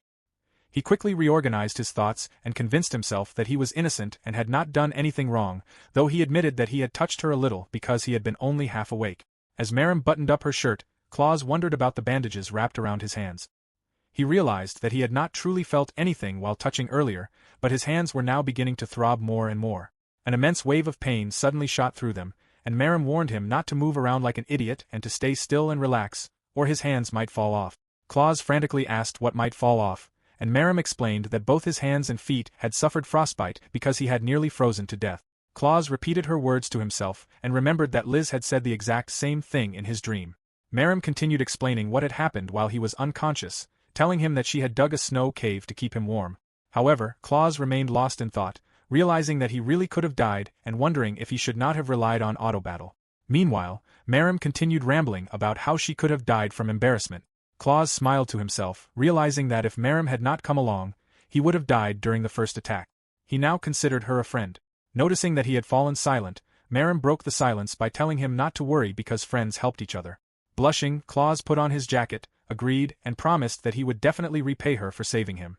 However, he insisted that the title of friends should still be put on hold. Miemai immediately launched into another rant, calling him too stubborn. Claus told her to shut up, questioning how he could go around calling Miemai a friend right after discovering that she was a girl. Miemai simply told him not to worry about it. Claus kicked a hole through the inside of the cave and stepped outside, with Miemai following behind him. He admitted that he did not really understand why Miemai wanted to team up with someone like him because he was only an adventurer with some experience who had fallen behind. Miemai merely laughed and revealed that, at first, it was because her skill had told her to. As Claus helped her out of the cave, Miemai explained that she possessed a unique skill called intuition. During crucial moments, she would hear a beeping sound. She said that following it usually never led her astray, allowing her to defeat a group of skeletons in a single attack and even find Claus after she had already lost sight of him. However, whether she followed her skill's guidance or ignored it was entirely her own decision. She added that Claus was not just a nobody because he was the partner chosen by her. Miemai smiled and shook his hand, asking what her new partner planned to do next for the mid-rank exam since they had only a little time left, assuming he had no intention of giving up. Claus blushed and found the answer obvious, but warned her not to regret coming along because the final plan would be difficult. As the sun rose, Claus and Miemai took their leave. Chapter 22 opened with the sight of ghouls and other undead monsters. Though slow, ghouls possessed immense strength and sturdy bodies, making them man-eating demons. They could appear almost anywhere as long as corpses and defiled land were present. They existed in various subspecies, each with its own level of power and threat, which defined them as ghouls. Claus, however, was determined to hunt them. As he ate the bento Liz had prepared, Claus revealed to Miemai that hunting ghouls was the secret plan he had devised to clear the mid-rank exam. Riding in the cart while listening to his explanation, Miemai understood his reasoning but pointed out a problem. Since the undead had been the first monsters to be purified, none of them should have remained, so she suggested searching for different monster materials instead. Claus explained that only the low-level ghouls from the low-level hunting grounds had disappeared because they were easy to hunt. The stronger ghouls, ranked mid-level and above, still remained, and those were the ones he intended to hunt. Miemai realized that he planned to pursue higher-level ghouls simply because the weaker ones were gone, finding the idea recklessly bold. Claus admitted that it sounded reckless but explained that every other option was even more hopeless. His menu screen had shown the required auto-battle times, and with only 7 hours remaining until the exam ended at noon, there was no way to reach any of the other monsters in time. Miemai could only marvel at how convenient his unique skill was. Claus added that the same situation applied to Miemai's objective. The 2 medicinal plants were still obtainable, but every other monster material had already been wiped out. Surprised that his skill could reveal information like that as well, Miemai wondered why the guild had not placed restrictions on such an ability. Even so, she acknowledged that his unique skill was remarkably impressive, almost to the point of being cheating, and believed he should begin sharing the information it provided. Claus laughed and praised Miemai's intuition. He then explained that his skill only worked on opponents he had fought before. Since he had never battled higher-level ghouls, he admitted that he had no idea what would happen and wondered whether she was still willing to go through with the plan. Miemai readily accepted, having been eager for the challenge all along, and suggested leaving as soon as they finished eating. Claus smiled and informed her that they would travel at his pace toward the old church's catacombs. He had already mixed a high-quality potion into Silver's feed, increasing the horse's speed by 40%, so the journey could be left to him. He cautioned Miemai not to get thrown from the cart, but she remained confident that it would not be a problem. Claus then activated Auto Mode Level 2, which estimated a travel time of 3 hours and 24 minutes. Some time later, they arrived at the old church on the outskirts of town. Claus looked upon it with confidence. Beneath its catacombs lay an enormous dungeon that extended even deeper underground. The lower levels remained unexplored, and the dungeon had never been fully purified. Although he could not be certain whether this area also fell under Gain's control, Claus believed it would be impossible to purify the dungeon while its boss remained unknown. Claus opened one eye and looked toward the cart, only to find that Miemai was nowhere in sight. Unable to believe she could have fallen off, he was about to panic when he discovered her clinging tightly to him beneath his cape. Although she acted tough and insisted that she had not been scared at all and that the ride had been easy, she recalled passing through the river. Moments later, they reached the entrance to the catacombs, where they paid an entrance fee of 2 copper coins per adult. They also rented a magic stone lamp before making their way into the darkness. The eerie atmosphere unsettled Miemai, but she insisted that it was nothing for someone like her. In reality, she trembled with her eyes closed, finding the dark, musty passages a little frightening. Claus suddenly turned toward her with the lamp held beneath his chin, startling her so badly that she nearly struck him with her staff. They continued through the catacombs and descended the stairs. Claus wondered how much Miemai knew about the catacombs, but she was still irritated by what had happened earlier. She stomped down the stairs while informing him that she had only recently arrived there herself. Eventually, they reached the door to the 6th floor and peered through its window. According to Claus, everything appeared normal. Miemai noted that he was being quite cautious. Claus admitted that he was because the area ahead was still too dangerous for them. He explained that the place had originally been an ancient tomb that had become a dungeon long before the town was built. A church had later been constructed above it in an attempt to purify the dungeon, but it extended much deeper than anyone had expected, preventing the church's holy power from reaching the lower levels. Instead, miasma accumulated because the upper section had been sealed off, causing the dungeon's threat level to rise dramatically. Miemai became even more uneasy at the thought that it could one day threaten the town. Claus added that trainee priests and even A-rank adventurers were occasionally hired by the church to purify the dungeon, but progress was slow because it was church work. Miemai could not help agreeing.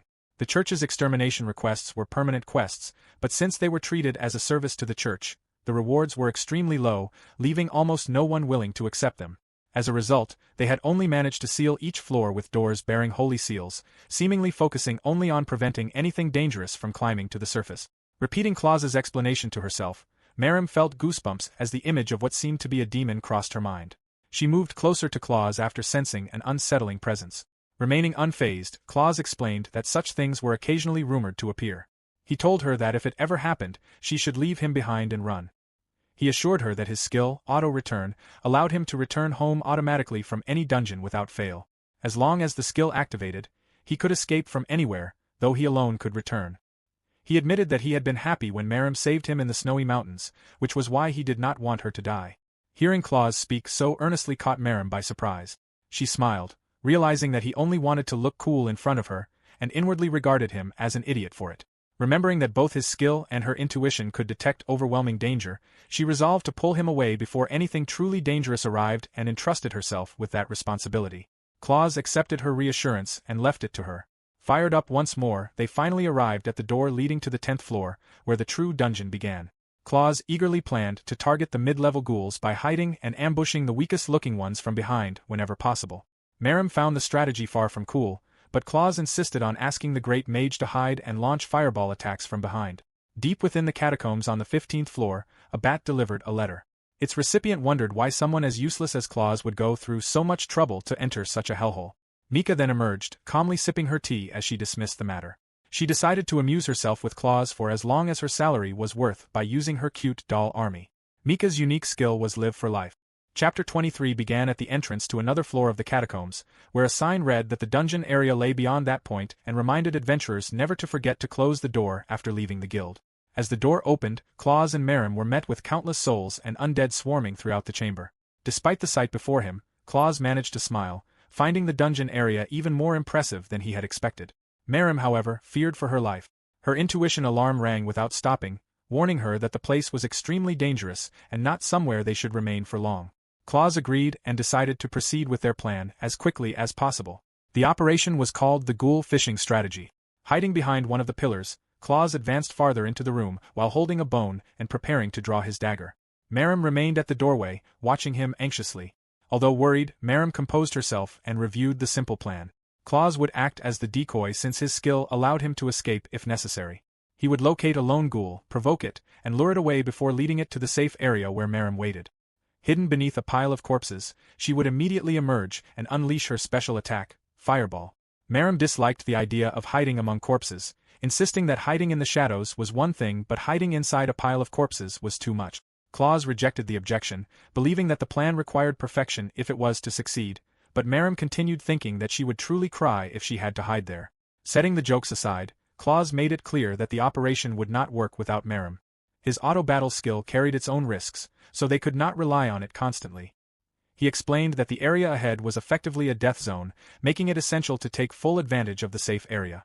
He entrusted Miemai with securing their retreat and carrying out the surprise attack. Miemai thought that, if that was the case, Claws should avoid making his precious partner angry. Claws apologized and admitted that because she was a young girl, he had been treating her like a little sister in an attempt to ease the tension. He then shifted the conversation to the importance of life, insisting that their safety had to remain the highest priority before mentally beginning Operation Ghoul Fishing Strategy. Miemai steeled herself and prepared for the mission. She watched Claws run into the dungeon while remaining on full alert at the doorway. A persistent sense of dread continued to weigh on her, growing into the feeling that the worst possible premonition was drawing near. It was as though, if she turned around, a grim reaper holding a scythe would be standing directly behind her. Goosebumps ran through her body at the thought. Looking into the distance, she suddenly spotted an undead walking toward her. Confused, she could not understand why one was there, as the place where she stood was supposed to be the safe area. The undead fixed its gaze on her and charged. Frozen in place, Miemai launched a fireball. The attack struck the monster but was immediately deflected. She could hardly believe what she had witnessed. Meanwhile, as Claws ventured deeper into the dungeon, he found it strange that there were no signs of any ghouls. Instead, he sensed creatures lurking above the pillars through presence detection level 3. The undead monsters landed beside Claws, startling him. Confused by where they had come from, he drew his dagger, only for it to snap in half the moment he attempted to scratch one of the monsters. He could not believe that it had remained completely unharmed. Another monster kicked him, sending him flying across the dungeon. Realizing the overwhelming difference in strength, Claws could not believe these were merely mid-level monsters and concluded that they had to be at least high-level. Miemai rushed over and caught Claws before he crashed to the ground. After confirming that he was unharmed and had only been blown away, Claws apologized, sensing that something was strange about the dungeon. On top of that, he opened his menu screen and noticed that the name of the ghoul from earlier did not appear on the auto-battle list. He recalled that auto-battle only allowed him to fight opponents he had previously fought. He reasoned that if an opponent had not been damaged, the skill probably did not recognize the encounter as a battle. Otherwise, even throwing pebbles at an enemy or merely blowing on one would count as fighting it, making the skill unbeatable. Claws thought desperately about what he should do now that he no longer had a weapon against opponents his attacks could not even damage. Despite facing 3 ghouls at once, Miemai encouraged him not to give up. She believed she should be the one apologizing as well because she had failed to secure their retreat. Even so, her intuition had not warned her that they were in a life-or-death situation yet. Convinced that there was still a way out, she urged Claws not to give up. Claws gritted his teeth and prepared to fight the ghouls once more alongside Miemai, believing that together they would make it through. Chapter 24 resumed the fight with Claws identifying the obviously dangerous ghouls, with one standing in front and 2 behind. Merim sensed something and alerted him. Confused by a sound, Claus hesitated before Merim shoved him aside after sensing danger. Another ghoul crashed through the entrance as both of them fell to the floor. When Claus opened his eyes, he saw another ghoul, bringing the total number of opponents to 4. The fourth ghoul stared at them while the female ghoul drew a blade and licked it. The small ghoul clung to the rocks, crushed them with its bare hands, and stuck out its tongue as it watched them. The tallest ghoul held a block of concrete before throwing it aside. Claus and Merim hid behind the rocks as they trembled in fear. Claus noticed a hand gaff nearby and reassured himself that everything was fine since he had grown more accustomed to life-or-death situations. Merim drew his attention to the blocked exit with a worried expression. The entrance had been sealed by a massive pile of debris and stone from earlier. Claus tried to stay optimistic, thinking that the situation was still manageable even if it had become slightly more hopeless. Merim then realized that the ghouls had stopped attacking. Claus admitted that he had no idea why and considered that they might be trying to frighten them, deciding who would eat whom because they were man-eating monsters, or perhaps they were unusually gourmet creatures. Merim remarked that such a situation was bad because a young, beautiful girl like her would surely seem tastier than Claus. Setting the jokes aside, she turned her attention to what they should do next. Claus decided that while the ghouls were fooling around, they needed to come up with a plan to escape or fight. The auto-return skill was available, making it their first option, but it required more than 100 hours to activate. He wondered if Merim could keep up with him through sheer willpower alone. Merim concluded that it was impossible. Even if she continuously cast self-buffs while chasing after him, she would run out of magic power and starve before the skill activated. The second option was to fight, but Claus could not use it against the ghouls yet. Merim connected this to the skill that had defeated the Yetis and questioned why it would not work despite seeming to have the highest chance of success. Claus explained that the activation condition had not been fulfilled. His auto-battle skill only allowed him to automatically fight opponents he had fought before. Looking back, when he attacked the female ghoul, his knife had shattered without leaving even a scratch. It appeared that unless he dealt actual damage, the encounter did not count as having fought the opponent before. Merim grew concerned at how durable the ghouls were if they had remained completely unharmed and assumed the other 3 were probably just as tough. Claus pointed out that even a single scratch would be enough. As he peeked from their hiding place, Claus noticed that one of the ghouls' palms was burned. He drew Merim's attention to it and wondered if it was a burn. Merim assumed it had been caused by her fireball and regretted that the ghoul had simply brushed the spell aside with one hand, suffering only a minor injury. Claus and Merim exchanged looks as they reached the same realization. Ghouls were weak against fire. Mist filled the entire dungeon as Merim cast fireball, recalling that no matter how powerful their opponents appeared, ghouls were still ghouls. Their weakness would not change, probably, definitely. Even so, she worried whether Claus would truly be all right and hoped he would not die as she unleashed her special attack. Claus emerged from his hiding place carrying a handgaff. At the same time, Merim launched an attack at one of the ghouls, and Claus ran alongside the fireball as it raced toward its target. Just before the spell struck, he thrust forward the handgaff with a cloth tied around it, allowing the fabric to catch fire from the fireball. The gaff ignited as Merim's fireball hit the ghoul, and Claus struck it from the opposite side with the burning weapon. The menu updated, displaying venomized ghouls as a selectable option. Claus opened the menu and informed Merim that they had fulfilled the activation condition. He then told her to wait for 24 minutes and 13 seconds. Merim was surprised, recalling that defeating the 8 Yetis earlier had required only around 10 minutes. This time, the required duration had more than doubled. Claus activated Auto Mode Level 4, Auto Battle. Merim worried that he did not even possess a weapon capable of reaching the ghouls and questioned how he intended to fight them. The 4 ghouls attacked him from every direction, but he effortlessly caught the female ghoul's blade with one hand while grabbing another ghoul's claw with the other and kicking its leg. At the same time, he used his cape to block the vision of another ghoul. Merim watched the battle unfold in shock as the female ghoul accidentally severed one ally's head with her blade, while another ghoul slashed him across the chest.